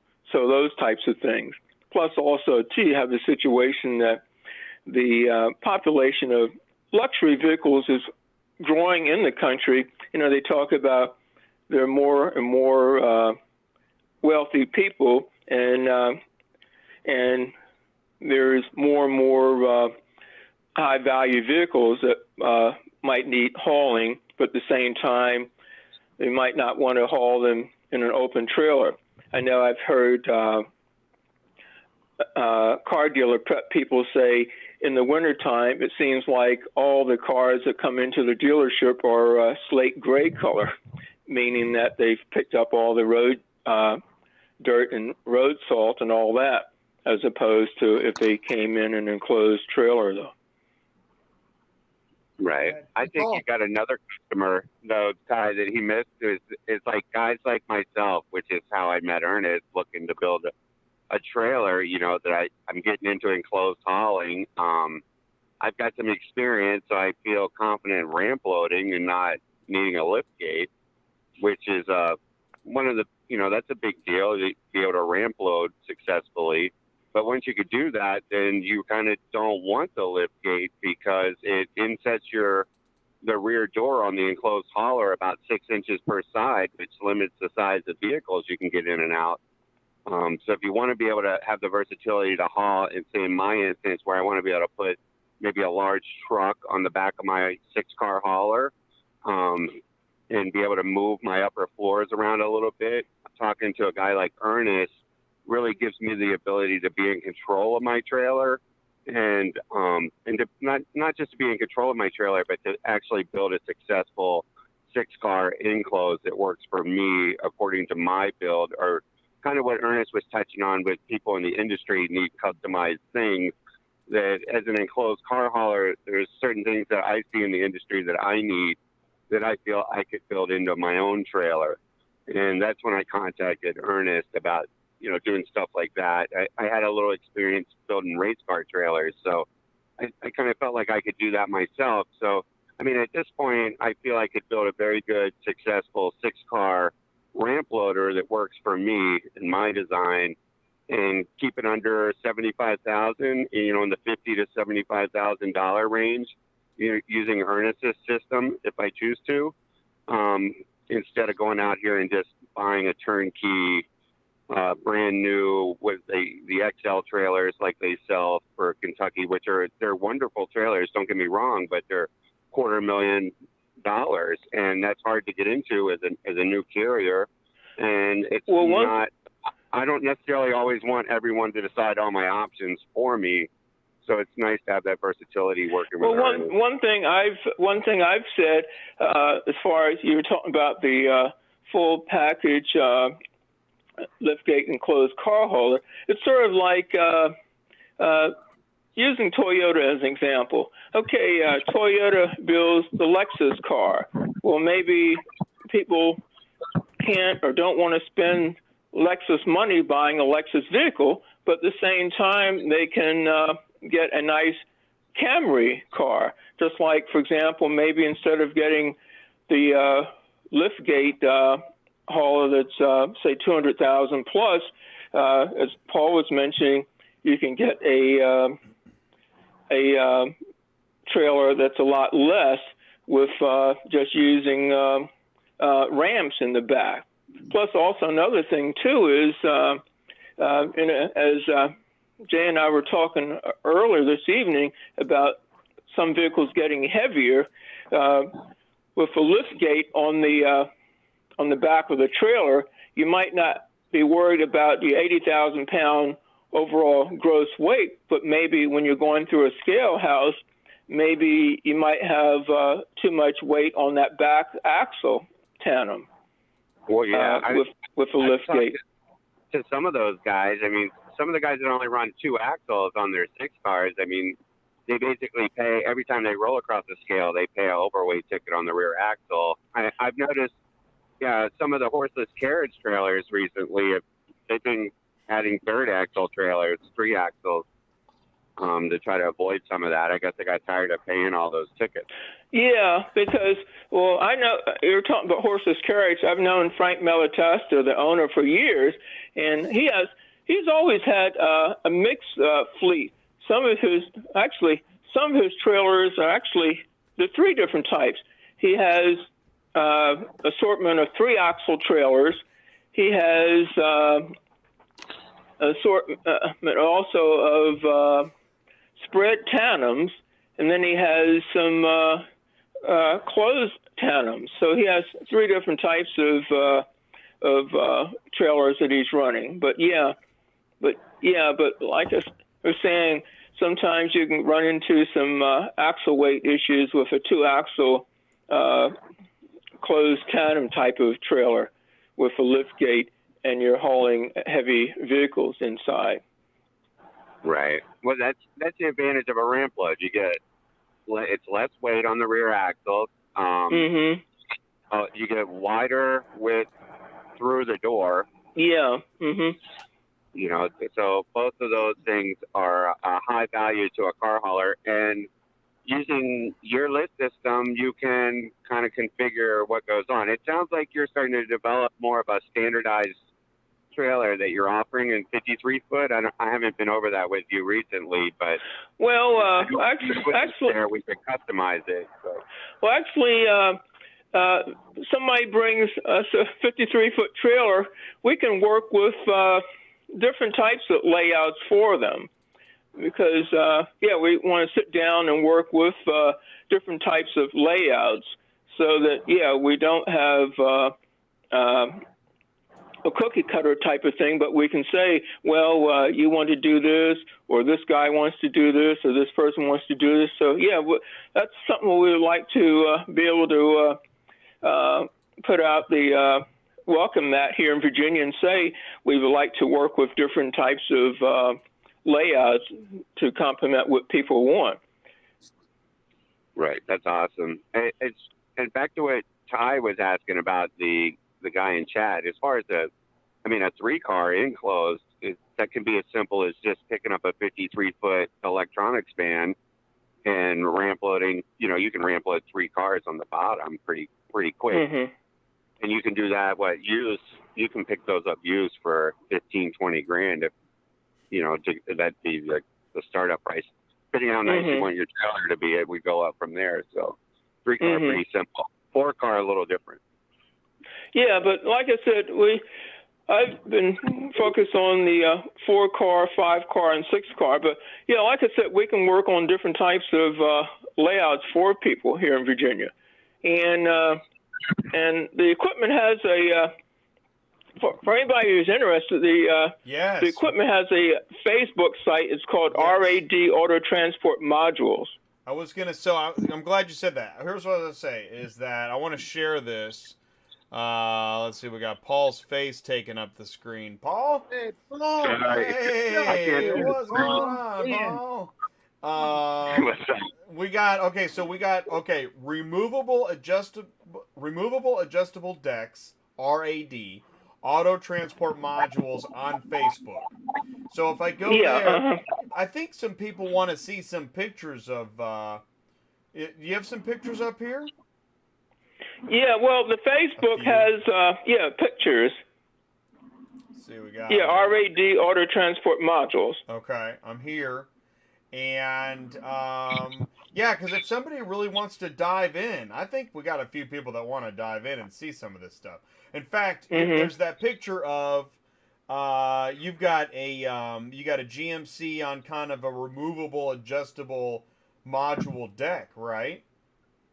It says I'm not looking at the Facebook right now, but the first picture shows a black car on a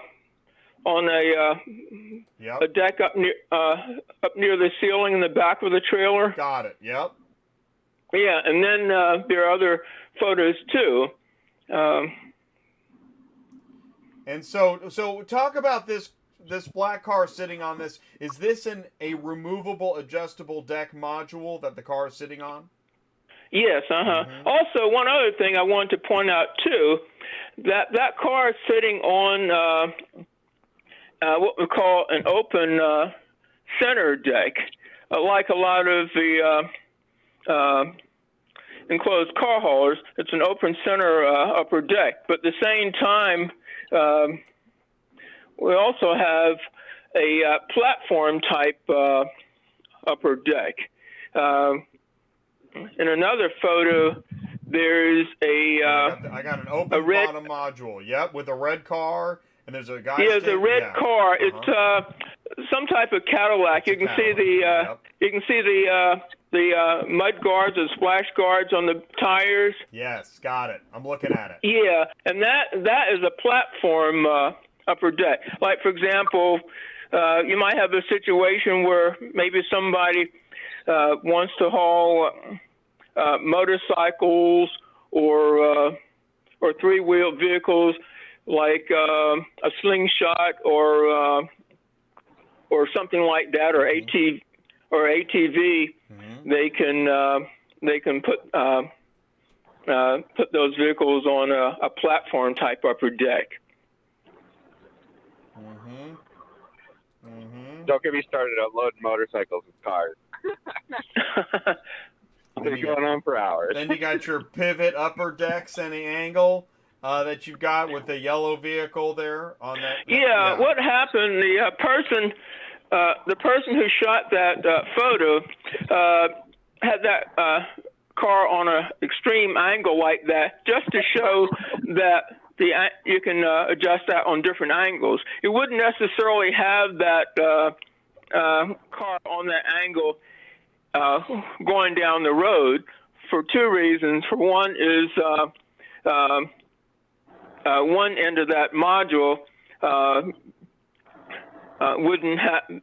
wouldn't allow a car to be underneath at that sharp angle. So when you're running down the road, that yellow car would be on more of a flatter angle than that sharp angle. But again, the person taking that picture just did that to show the extent of how the module upper decks can be pivoted on different angles. Yeah, that's great.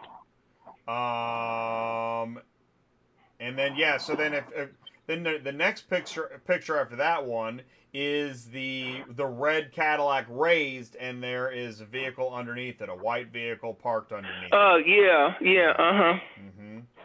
you can fit a vehicle in there, maybe not a truck or an Escalade, but a vehicle. And then also too, there's another type of layout. Now that red car on the top of the white car, that's in the back of the trailer, and there's a whole load of vehicles in there. I think on the floor in the middle of the trailer is an old classic Rolls-Royce sedan. Okay. And what kind of trailer is this? A 53-foot dry van? Yeah, it's a 53-foot trailer with small 17.5-inch tires. Pretty cool. Yeah. Pretty cool. And there's actually a trick. Layer. You said you could get them to a 126 interior, but I think you can actually put metal plates over the tires and get it out to 127 interior height if you really want to push the issue. Yeah, I've seen that done, in which people have put metal plates over the tires instead of having the wooden floor. The wooden floor, I think, a lot of wooden floors around, 1 3/8 inches thick. But of course, you could have a metal plate that's thinner than, say, 1 3/8 inch thick wood, and it would still be able to bear the weight of a vehicle on top of it, though. Right. Yeah, and you can squeeze another inch out of it and get it. I think the max is like 127 if you really want to push it. 126 on a stock floor. Yeah. So some companies have done that and put a metal plate over the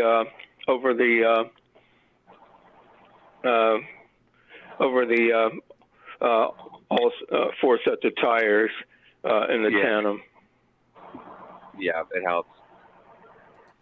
And that's your floor styles, and it's the last time we talked about a year ago after you moved to Winchester, and you were asking me about E-tracking the upper floor because I know I like E-tracks, and you call me sometimes for kind of pick my brain, and we were talking, and you were considering doing the J-hook style floors, or what had happened? You could do multiple floors.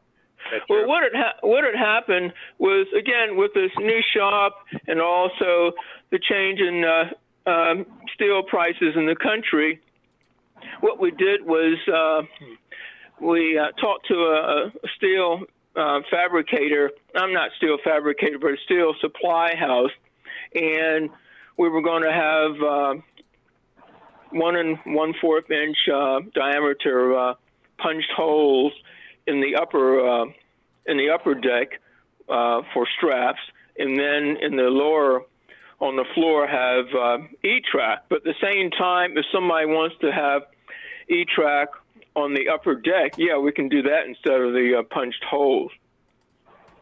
Awesome. Yeah. because we could be flexible and do that though. I can't wait to build a trailer with you. You know, well, like I said, we want to let people know that the welcome mat is here laid out here in Virginia, and we like to have people come to work with us here in Virginia.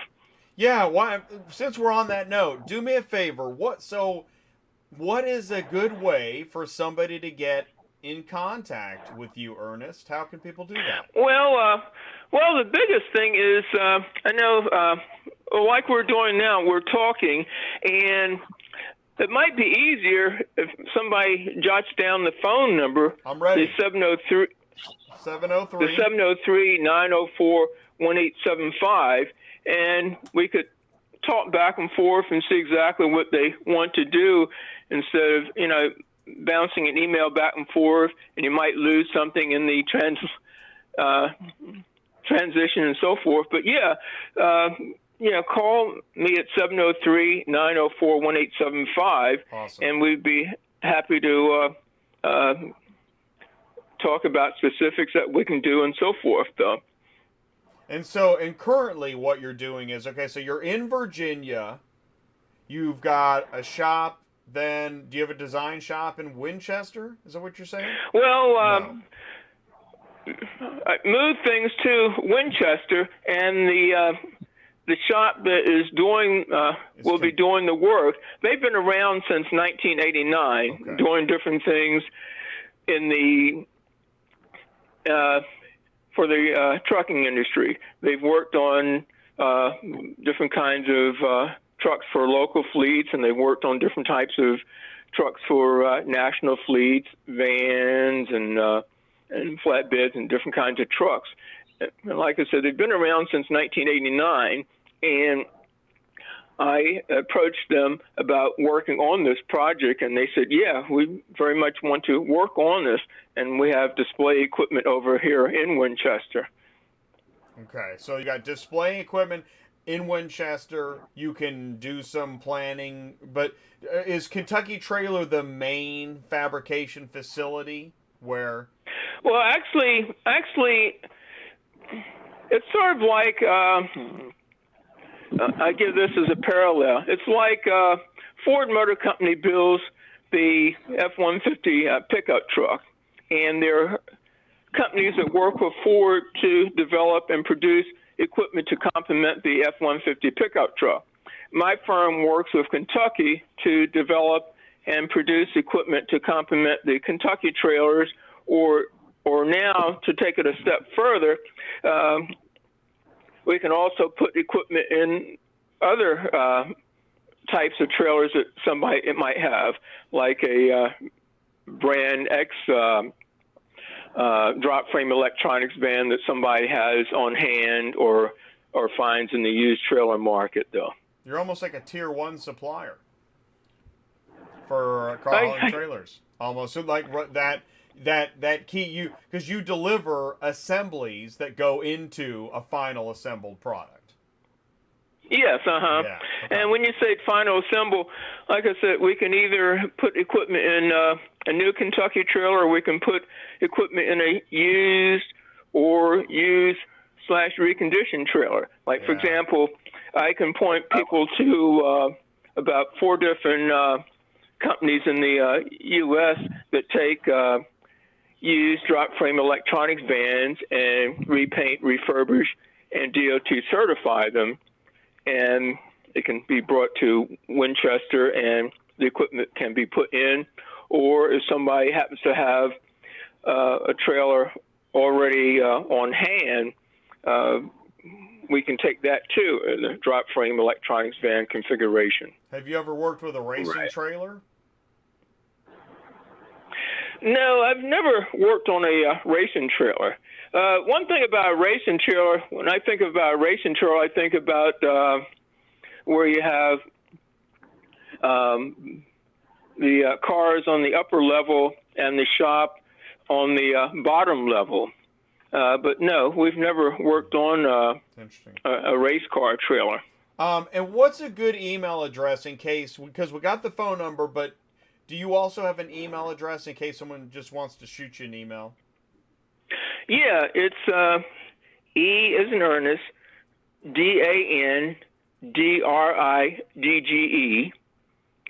at Verizon, VERIZON.net. Okay, good. Perfect. Again, that's EDANDRIDGE at Verizon, VERIZON.net.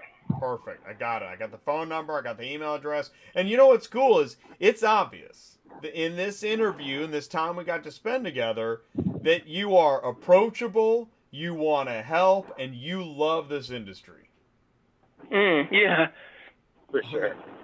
It's clear to me. Also too, I want to mention too, and I was telling you about 4 different companies in the country that take drop frame electronic vans and refurbish them and so forth. Also too, I can point people to a couple of finance companies too that can help finance equipment. Oh, that's good. Yeah, that's good information.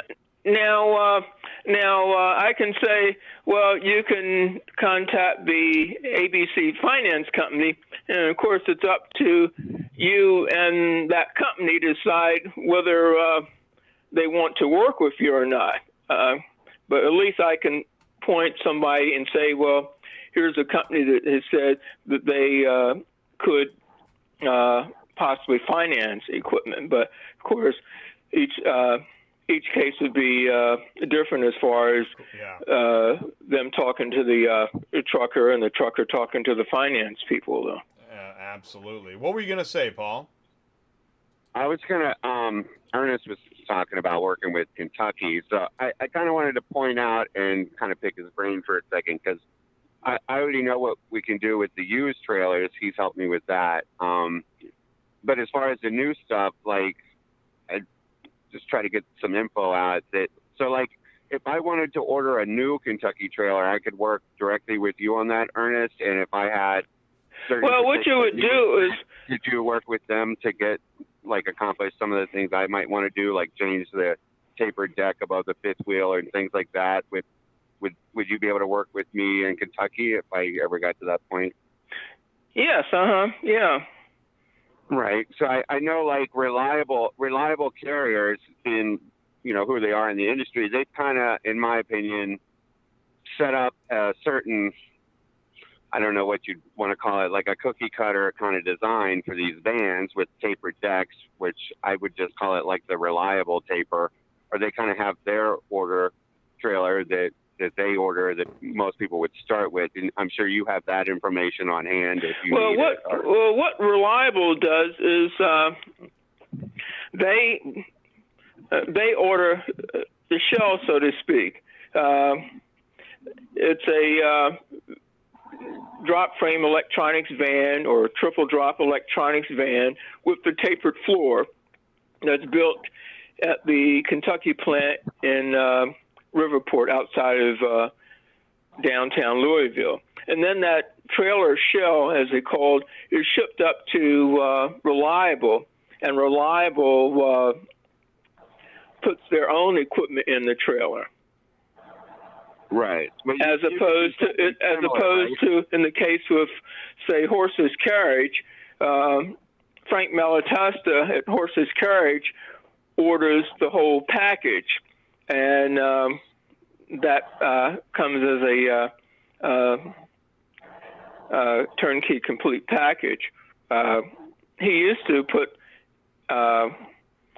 his own fabricated equipment in New Jersey, but now, as far as I know, all of his new trailers come from Kentucky already with everything put together, as opposed to, as I said, Reliable, where they get just the shell and then they put their own equipment in. But I mean, if you look at my situation, I'm just, one-man show over here with my little car hauling company. But let's say, if I want to get my enclosed hauler built, or when it comes time, let's say I want a slightly different taper than Kentucky uses. Would there be any way to work with you to get those things fabricated at Kentucky to get my new trailer built? Well, Kentucky has always presented themselves to the American trucking industry as, quote, the premier custom trailer builder, meaning that you can sit down with or deal with Kentucky and say, well, you like to do this and so forth, and work with them to come up with something that's customized. Yeah, but they've always prided themselves as the custom trailer manufacturer. Maybe in some cases they build X number of trailers look just alike. In other cases, they might have very unique trailers. Like, for example, they have expansion trailers for like medical trailers or exhibit trailers where the trailer can. Yeah, so they do all kinds of custom work. So, yeah. Right, and you're pretty much in contact with those type of people, or could put up someone in contact with Kentucky to get work like that done also, correct? Yes, I'm very much in contact with the Kentucky people in Louisville. Right, that's awesome. That is awesome. A great benefit. Well, yeah, because, I mean, if you want to get into this enclosed game, I mean, you can order things that are kind of standardized, what I would consider more standard for industry. The guys like Frank or the guys that Reliable have built over the years, or Don Cottrell have fabricated, or maybe you've got some new ideas, or that's kind of how I got in with Ernest. It's like, I want to haul motorcycles and cars together, and I've got certain ideas of how I want that to occur. And, you know, Ernest and I got to talking and bouncing ideas back and forth, and he's very helpful and easy to work with. And been one of the things I love about his company. I haven't had the money to actually get in there and get a trailer with him yet, but he's always in the back of my mind, and I'm always thinking of new ideas and how can I work with Ernest on stuff like this. It's kind of cool like that. So, you know, these guys out here listening to the show that are in enclosed hauling or want to get into it, or maybe like Ernest was saying, you're an OEM guy or a manufacturer with special needs. I mean, he's just an amazing guy to work with and can deliver what you actually need and want. And he can also hand you, I'm sure, something that's more standard. But, you know, the ability to customize these things is everything, because you want the trailer to work for you and how you work. And, you know, maybe you like a certain strap style, or like we were talking about earlier with the different floors and track systems. You know, that kind of stuff's important because it changes how your day and your time is spent loading and unloading cars. You know, so you don't want to just have somebody hand you, basically, you know, this is our business. So when you buy or build these trailers, I mean, you're really, that's your business. So it is nice to be able to customize these things and make them truly work for what your needs are. So, well, like, for example, in this day and time, you know, on one hand, I was talking about so many people in America buying SUVs and crossover vehicles are growing so much. But on the other hand, on the flip side, there's also another type of need too. Nowadays, you know, for electric cars and so forth, there's also what's called neighborhood vehicles.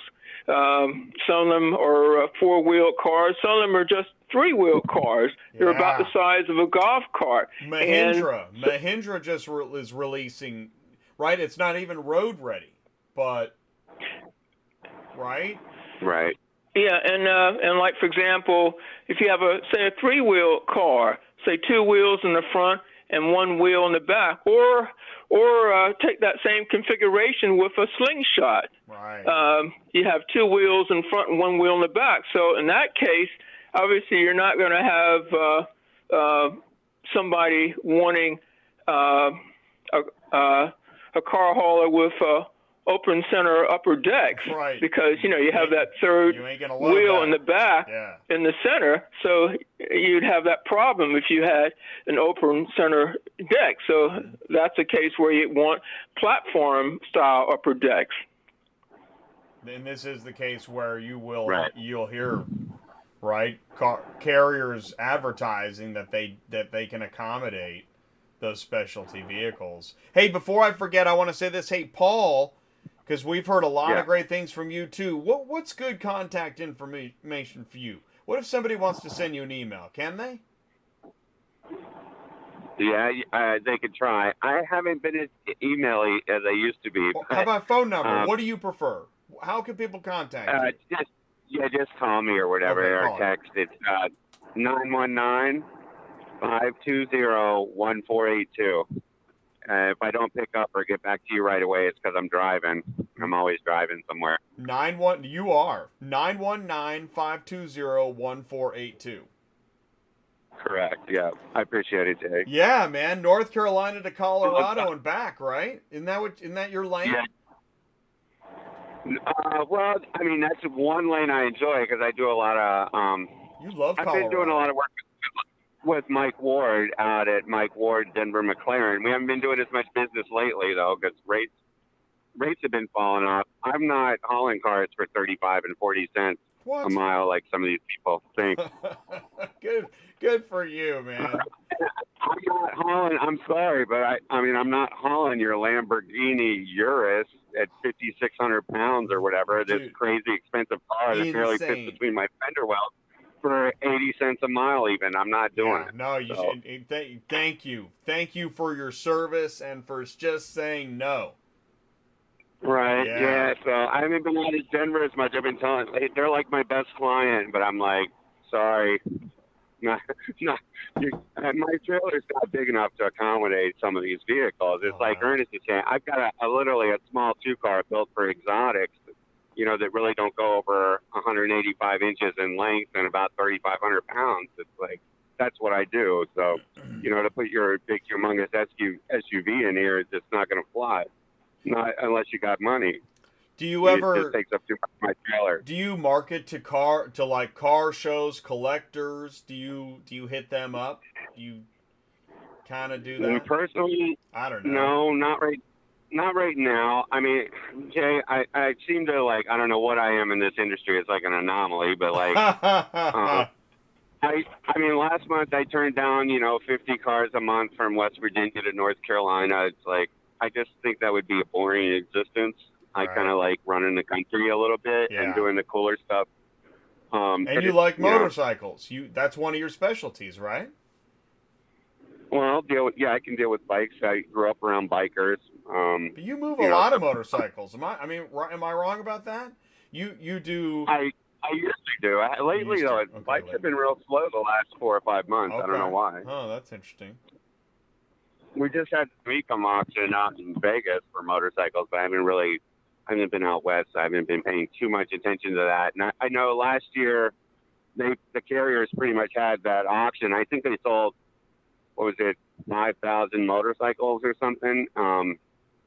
But they didn't really need too many outside carriers. I'm not really I don't really market myself to anyone. I get a lot of cold calls from clients that I've worked with that I built over the load board, like relationships that I've had. I've got my 1 or 2 clients that I'll take cars from that I try to help. But for the most part, I put these loads together off the load board and kind of do what I want mostly. I guess I could find somebody that I really like working with that works with my trailer and agree to actually, be their hauler kind of thing. But, that it changes the dynamic of your company. So when you're driving your vehicle, right. I mean, I'm sure there's a guy that's married and has kids that would love to be home more often than I do.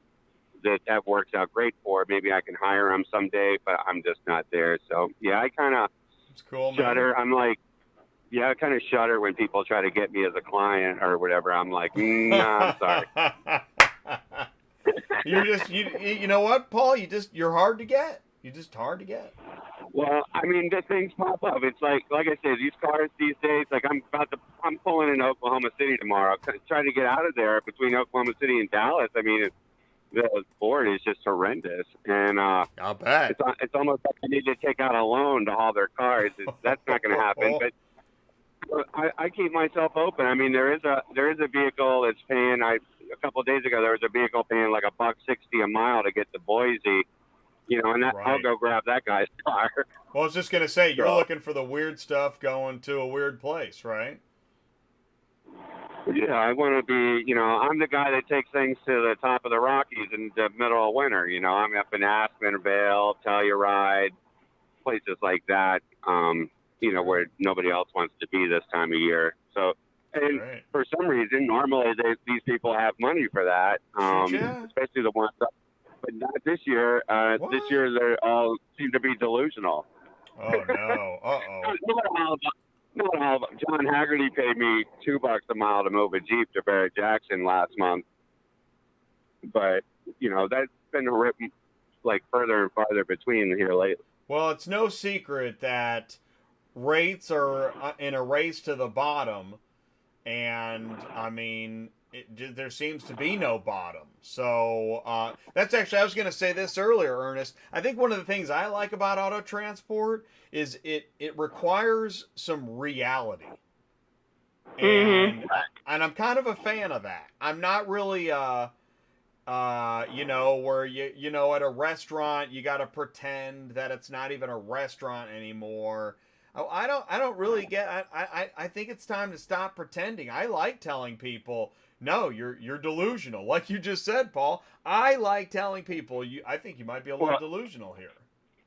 Well, here, I'll give you a good story. So, like, I don't haul coast to coast very often because the prices don't work for my trailers.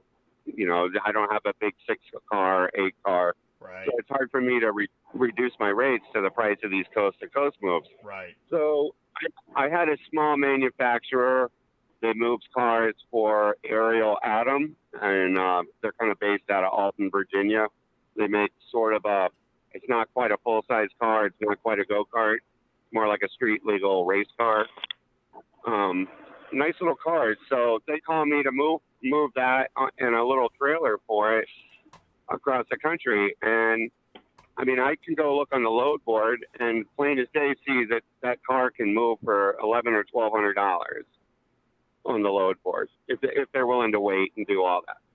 But, you know, they asked me what I'm going to move it for. And I've been trying to work with these guys for over a year and a half. And here I am. And they're like, well, what's your rate? And I'm like, $3,500. Right. You know, I'm like, sorry to be, you know, I really want to work with you, but I'm like, I can't drive across the country for free. Some of those rates. You know, and well, they actually called me back, and I got the dispatch for $3,500. Yes, because they want good service. Well, check this out. When I go to deliver it, the guy literally tells me that they had a hard time getting it moved because everybody else wanted $5,000. Right. Like a serious, big, regular, you know, because when you get established, you really push the rates high. Why not? Go the opposite direction. Yeah, well, like I say, it was a car with a little trailer, so they were going to charge them $2,500 each.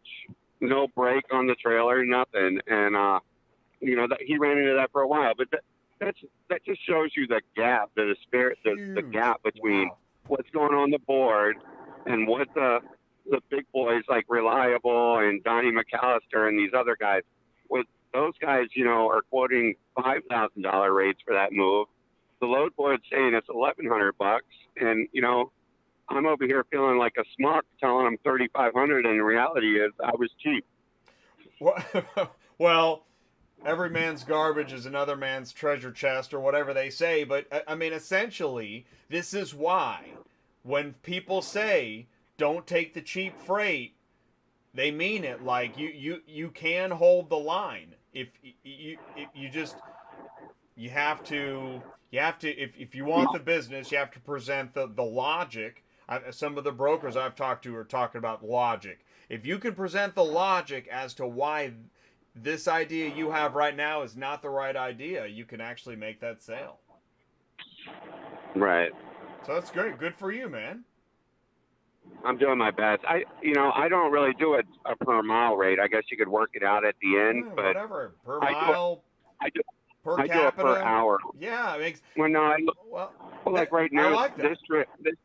This trip's I'm not making a fortune here, but I mean, like this trip, I'm doing $2,100. I had to put it together off the load board. It wasn't easy, but I'm doing $2,100 for 21 hours driving. So I think if you can make about $100 an hour for your drive hours, it works out pretty good. The thing is that nobody should be able to tell anybody else how much money they're going to be able to make on this job if they're an independent business owner operator. I mean, you know what? This is what I need. This is what I'll do it for, and I won't do it for less, and I'm just not doing it. In fact, I got to go. Right. Right. Well, I've learned over the years, people don't appreciate good deals either. They're always like, well, he must have done something wrong, or else he wouldn't have done it so cheap. Well, plus at the same time, expenses are going up. You know, you turn around and tolls are going up, and taxes and insurance are going up for truckers. Oh yeah, the industry's crazy right now. Ernest, when I met you back in 2017, I think. Yeah. I could have found a car going from Virginia to Portland or Oregon area, coast to coast. I could have found cars all day for $2,800 on the board for that. Mm-hmm. Right now, you can't hardly find them for 11 or 12. Mm-hmm. You know, so it sounds like the rates, honestly, like, okay, so I stopped dispatching year and a half ago, and I think the rates have gone even lower than when I left. Yeah, they're lower right now than they were 6 months ago. That's crazy. At the same time, expenses are going up. And like I said, tolls and insurance and so forth, particular. Right. Can I go back to something Ernest was talking about earlier? Because every time he talks, he makes me think of new stuff. Do it. So, Ernest, you were talking about, I was thinking about the future of your company in a sense, and you're talking about weights of vehicles. When you start going into things like that, I'm starting to also think, you know, because here shortly, you know, I've got my plan for how I'm going to deal with automated systems and automated trucks. My idea is kind of to have the trucks like I operate now, my small 2 cars, pickup truck system, kind of be the final mile delivery system with terminals on both sides of the country with the robots servicing my terminals, right? Mm-hmm. So, have you ever considered making plans for your future and how you're going to interact with those systems? Because we're going to have these heavy cars, like you've acknowledged, with the batteries and stuff, and then we're going to want to start putting them on these trucks. So, you know, here in a few years, I'm going to be calling you, asking you if you can reduce the weight of your lift system to help me compensate for the new weights of the vehicles versus what my automated truck can carry. That's going to be your next task, I think. Well, actually, to tell the truth, one thing back in 2018, I started looking at going from a steel deck to aluminum decks, and then we had a lot of things about the steel tariffs and so forth, and then I backed away from that and start going back to talking to people about different kinds of steel we could use. But you were talking about weights. Well, one thing that might get revisited down the road is having high-strength aluminum to complement some of the layouts instead of steel. That might be one thing. Right. What is your lift system weigh right now? Do you? I'm sure you know the weight. Well, we're changing we're making a lot of changes in the new shop. So it's going to be definitely lighter weight, but I can't specifically put my finger on the number right now because it has to do with the different layouts that somebody might want. But it would be lighter weight than the display equipment that you saw here in Virginia. Right, but the lift probably hasn't changed much. It probably has to stay about the same for strength and whatnot. Well,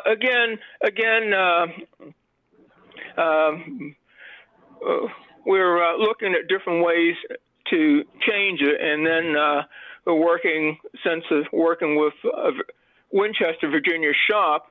They're in turn working with a steel supply house in Winchester, and between the three of us, we can come up with some further weight reductions down the road, so to speak. Right. Yeah, because somebody's going to have to come up with a solution for that. Because, I mean, the cars are going to be 5,000 and 5,500 pounds being pulled by an electric motor, battery-powered robot truck. It's only going to go so far in relation to its weight versus terrain. So, I mean, every ounce of reduction is going to be a big deal in the future when that does get here. So it's like, you know, that's going to be a weird task. It's like, how are we going to get the weight out of the trailer system to accommodate these cars and still haul as many as we do? You know, otherwise we're just going to be having 4 and 5 car haulers soon instead of 6 or 8. So someone's going to step up and address that, I guess, before we get too far down the road with the new technology. Well, and it will be interesting to revisit. I don't know at what point, but to kind of come back, take another bite of this apple of now that automobiles have changed to a significant degree, what's happening with trailer redesign? Right. Which is, you know, when I came to Ernest, I had this crazy idea that I could put motorcycles in the front of my trailer, which I can accomplish my idea. But what I had Ernest working on was, you know, I wanted to put his elevator system in the middle position of the trailer so that I could make the rear more versatile for different sized vehicles. And then I want my upper floor to actually kind of be dynamic, which is how Ernest got me on the topic of Frank with horseless carriage, because he showed me some pictures how Frank used to build his own floors out of like studs and plyboard, and you know, he's putting Ferraris up here on plywood floors. I was like, that's crazy, but it kind of, you know, helped show me how this industry's evolved, and you know, how I don't have to just accept what other people build, like Don Cottrell, which he's amazing, but you know, maybe I have different ideas. So, I mean, Ernest is just great with that. So, like, I wanted my upper deck to, on the rear of the trailer, to be able to go in or out, so that if I wanted to put a tall vehicle in my rear spot, that I could, let's say an ambulance or a fire truck, or if I'm hauling smaller cars, you know, if I don't have the big vehicle in the back, to be able to put my upper floor in the rear there and then put the car in. And I think Ernest could accomplish, I didn't really see anything working with Ernest that we couldn't figure out, you know, which was kind of amazing. So if anybody is about working with his company, I just want him to know that like whatever you think you might need, I mean, if it can be done, I'm sure he could figure it out and accomplish it with his team. So I believe that. So this will be interesting. Yeah. We will put that on the future calendar. Trailer redesign. Sure, we can go over the weights. I can go over predicted weights with you for predicted future cars that don't exist yet. They're going to be about 5,500 pounds. I think things are going to change faster. I mean, some of these headlines, man, stuff is happening fast. So, and it's not just EV, and batteries and emissions, and I mean, I don't know if I want to get freaky and talk about autonomous and self-driving, or it's connected. I mean, there's a lot of changes. Well, here's the other thing too. You got to consider it actually versus what I mentioned, trying to build trailers for these cars, is how soon before the government just allows Elon Musk to deliver his own cars. And I think that's been one of his biggest issues. Is like, I think he's why build this car hauler conglomeration that it requires to move his vehicle, when he knows he could just tell the car to drive itself to the customer. Well, right, and that's the really big if. But one thing. Yeah. You're talking about autonomous vehicles. Jay, you might have read this too in automotive. In automotive logistics or finished vehicle logistics magazine, maybe about a year or so ago.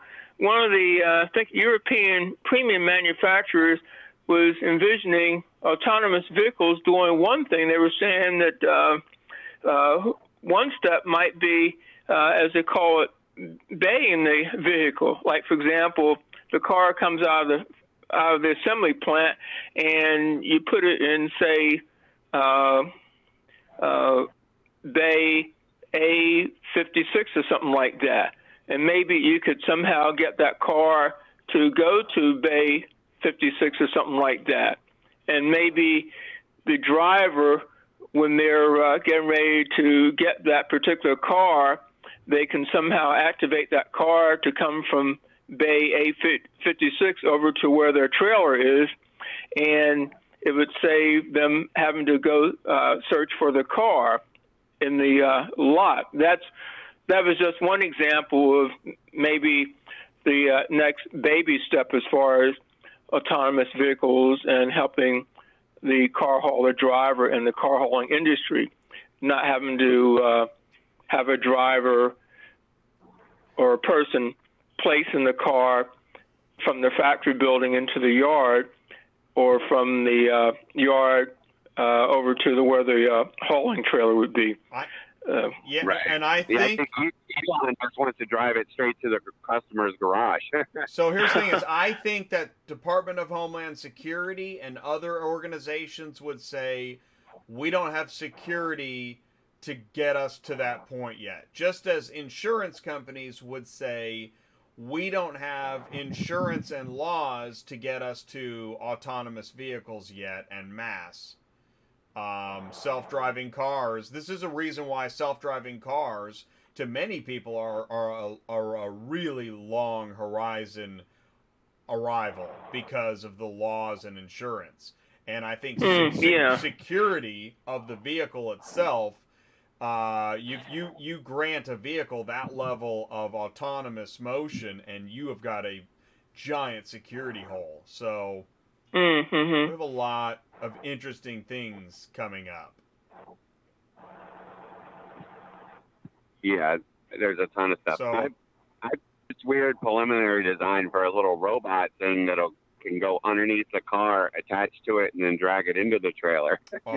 I've seen technology like that, at least prototype stuff, yeah. Well, this is where you could get into self-parking in garages, where, like they're talking about, these little, it's almost like those little deals that'll vacuum your carpet, and they go in and get your car, move it to a parking spot, and come back and do another car, instead of having a guy as a valet. Oh, speaking of loading, I tell you something you two might be interested in as far as from a historical standpoint. Try to remember, refresh my memory. When was the Ford Tempo out? It was around 1986 or so, wasn't it? I don't know. Pass. Yeah, but the Ford, anyway, it was a Ford Tempo, and there was a Mercury Topaz, the sister car to that. Well, back around that time, they were built in Ford in Kansas City, Missouri. And there were some what they call robotic trailers. You would drive the car up to the back of the trailer, the van trailer, and arms would come out and pick that car up. The front tires would be in a sling, and the back tires would be in a sling. Wow. And the arms would come out from the trailer, or sort of an overhead trolley, and pick that car up and carry it into the trailer and put it in place. If you're interested, do a Google search on that for Dallas Smith robotic trailers, Okay, yeah, you were telling me about this. I'm thinking, yeah, that sounds really familiar. Yeah, Dallas Smith. Robotic trailers around 1986 or so. And I said the main vehicles that were put in there were Ford Tempos and Mercury Topazes. Now, I also happened to see a picture. I never saw it in person, but I saw a picture of Chrysler K cars being put in one of those trailers. But for the most part, again, like I said, they were primarily used by Ford in Kansas City, Missouri. And there was also there was a rumor around that there was also a railhead operation outside Chicago and Naperville, Illinois, where that type of trailer is used, again, back in the mid-'80s or so. So what was the biggest design problem with this trailer? Well, it was very complicated, and because of all the automation, you know, from picking the car up and then putting in place, because apparently the driver wasn't driving the car into place. It was the mechanical system that was picking the car up and putting in place. Was there a lot of damage either to the system or the vehicles? I just remember they were saying it was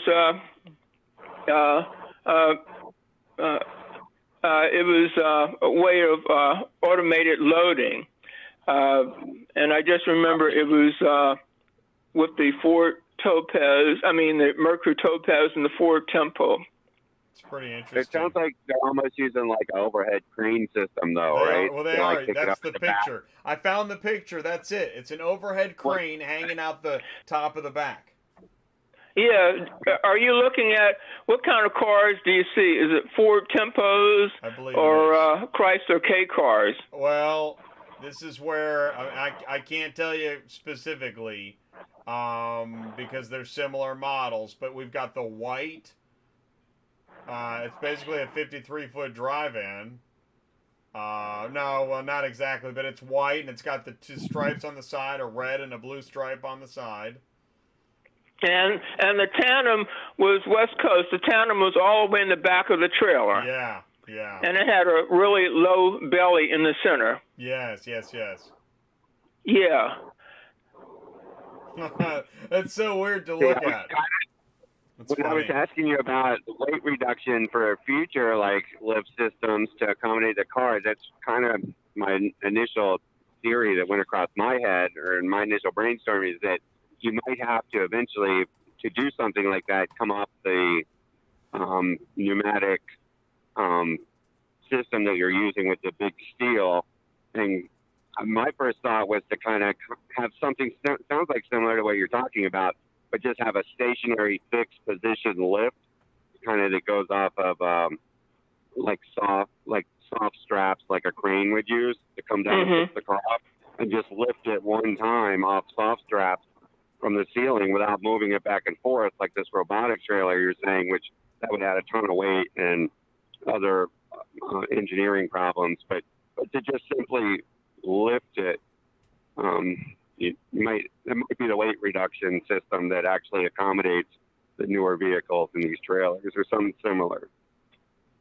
You know, because you get rid of all that metal, you get rid of all the pneumatics, and you'd just be down to basically like 2 winches or overhead crane winch, you know, attached to straps, lift the car, put the deck under it. I guess you'd have to figure out how to get the deck under it once it's lifted, but something like that, I think, might be the weight reduction system we see in the future. Something will change. I don't know. I'm not really convinced that the automation will ever take off like they think, but I'm not convinced it's going to work that well. I use a truck GPS every day, and I see how faulty they are. So if it's going to go off certain systems, I don't know. I don't know how soon we'll get in there, but we are getting into these heavy electric vehicles already. So. I'm encouraged by the idea that they could be changing up the material to compensate for the batteries. Plus, with being electric, there's a lot less parts needed. Yeah, that's true. And if they take away other self-driving parts, I mean, human driving parts, these vehicles could change a lot. Well, I know I was reading just today that they were saying that there was debate back and forth would there be a situation where you don't even have a steering wheel? Yeah, that's right. Or pedals in the car, because if a human is not operating the car, you don't need the steering wheel for them to put their hands on, or pedals for them to put their feet on. So yeah, there be different changes about a modern autonomous vehicle. It's pretty interesting. I'll tell you what, I think that this is a good, since we're now into wild speculation, I think this is a good stopping point, you guys. Okay. I mean, this has been amazing. I've really enjoyed this. I've seen a lot of great comments. I have most of the comments I haven't read. So listen, if you have commented in the live chat and I didn't read it, I want to say that, I mean, I'm seeing it. I think you're participating, and I only raise a question if I think it's, you know, in dire need. So I want to thank everybody for staying with us here to the end. And of course, Ernest and Paul, I want to thank you guys. That was really interesting stuff. Also, I want to mention one other thing too is we're continually working on new ideas, and so there are accessories that we can offer people that haven't even talked about yet, but we can talk to individual people who would say, well, I want to do this, I want to do that, and we can say, well, here's something to complement you. So yeah, again, we'd be very happy to work with truckers on this equipment here in Virginia.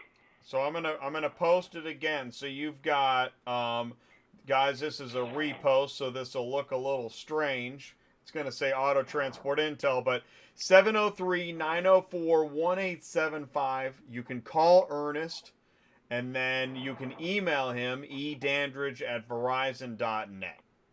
Yeah, that's awesome. And we are encouraging people to contact you, right? Oh, okay, good. Yeah. And I'm gonna don't contact me. Yeah. Oh, come on, Paul. All right, because since Paul just said that, I am putting Paul's. I'm just playing. I know you are, but I'm getting you back, and I posted Paul's phone number again in the live chat. Paul, you've been really helpful to me, and I know that Ernest and Paul, the reason you guys are in the interview at the same time is that you are like-minded, helpful, passionate guys, and so I appreciate you spending the time and discussing. And it's neat that we got to have this conversation, and it's been live, recorded. It will be archived. It'll be available on Auto Transport Intel. Okay, that sounds good. I just got one thing, though, because initially my thought with getting Ernest on the show was Ernest has the most amazing car hauler picture collection in probably the world. So well, there's as I said, there's a guy in Pennsylvania that has a larger collection, but I would say I'm probably one of the biggest collections anyway. But it's not the largest, but one of the largest. Let me put it another way. One of the broadest, I'd say. It's not electronic though. You have it in a book, right? No, I have it in hard copy folders. Right. In bins. Right. Well, maybe someday. Yeah. Maybe it's someday. In bins, in the sense that you can share some. In the sense that there's bins on enclosed, bins on open, bins on different categories. We need somebody to electronify your bins. Yeah. Exactly. If I get some money, I'll pay some staff to come up there and help Ernest do that. It'd be amazing. Because also when I started the collection, nobody dreamed of everybody having computers and electronic devices. Right. Back years ago, it would be a luxury having a color picture instead of a black and white picture. So a lot of things have changed. Yeah. Everything's changed. Well, I know Jay's trying to go, but I just want to keep pushing that idea out there in case we can ever get to, show the public some of that stuff and have you share some of the history of the industry, because I'm pretty sure they'd love to see that. I'm with you. I mean, I love what Jay has these awesome new clients with Sun Country and some of these other manufacturers he's been working with lately. But to me, I'm still a car hauler guy. I'm sitting in the truck with my hand on the wheel right now talking to you. I like the cars and the car haulers and the car hauler pictures and the stories. That's what it's all about for me. So if we ever get a chance to do that, I'm all for it. And I'm really appreciative that you guys had me on tonight. And if I missed a question from your live chat or whatever, it's because I'm on the phone and I can't see that right now. But really, really glad you're here, Ernest. And Ty, I know we didn't get to spend much time talking to you, but I always enjoy talking to you. And, Jay, the same way. I appreciate you having me on here tonight. So. Yeah, man. Well, I enjoyed. You're welcome to give me a call. If you got any cars to move, you're welcome to give me a call. But I don't move them for 40 cents, just so you know. Well, I enjoyed talking to you. I enjoyed talking to you guys, and also I say to Paul, have a good, safe travel. Yeah, Paul. Thanks. Amen. Thanks, Ernest. Yeah, thank you, Ernest. That's a good call. Okay, gentlemen, thank you so much for your time and input. Okay, great. Thanks again for having me, Jay. Yeah, all right, you take care great. now. You too. Thank you so much. Okay. All right. Good night. Good night, you guys. Okay. Bye. All right. Love your show, Jay. Thank you, Paul. Thank you, Ernest. Okay. All right. Good night. I'm shutting off now. Okay. All right, here I am ending the meeting. Bye. Okay. That was awesome. Oh my gosh. Where am I? Okay. Bye. Okay, so really, I mean, wow. I knew that this thing is that this really is this is an opportunity in this long format. And I watch. We all know that there's different shows we watch. Some shows we watch, man, we're in and we're out.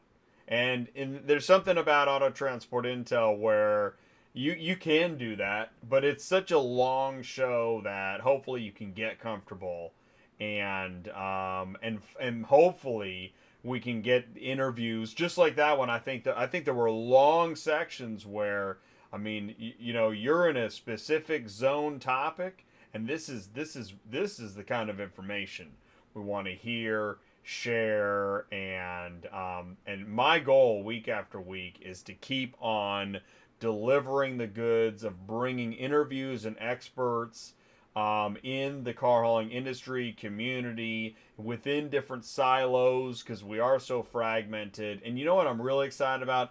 I've got some meetings set up where I'm going to be bringing in some of the bigger companies that we've heard of, we don't know many people at, we'd like to know more. There's companies, products, and services that we need to know more about, and I think we're going to start having more of those folks coming on the show to talk, and I'm excited to see what happens next on Auto Transport Intel.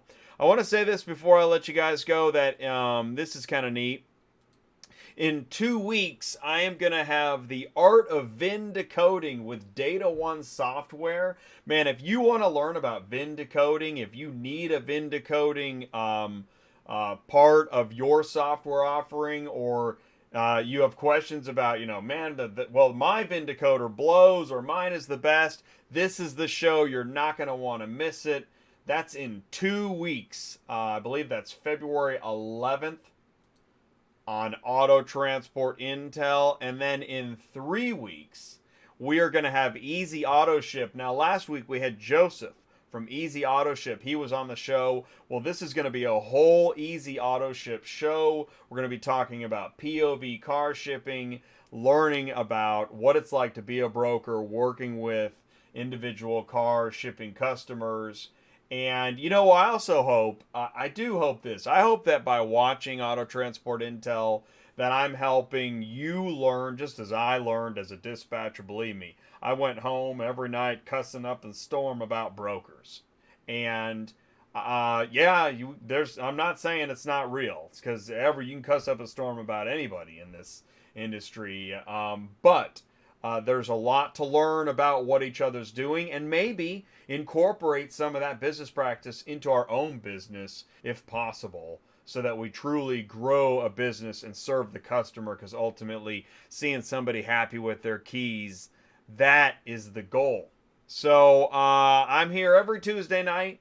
This is Auto Transport Intel. I'm sure if you're with me still, you're ready for the good night. You're ready for the car hauler to run. So I just want to say thank you so much for joining me. Please remember to like, share, subscribe, tell your friends. Somebody recently told me that they tell everybody they see at the auto auction about Auto Transport Intel. There is no other channel like this, and I'm proud that it's my creation. I was chosen to create Auto Transport Intel. I'm going to be here every Tuesday night, and I need you to join me in this quest to share car shipping and make it better and educate. So please be safe out there. Do well, and I'll see you next Tuesday night. Here comes the car hauler. Peace out, you guys. Thanks again, Ernest, Paul, Wyiishaun, Jessica, and Ty for being a part of tonight's episode. Episode 122 is in the books. Here comes the car hauler. I'll see you next week.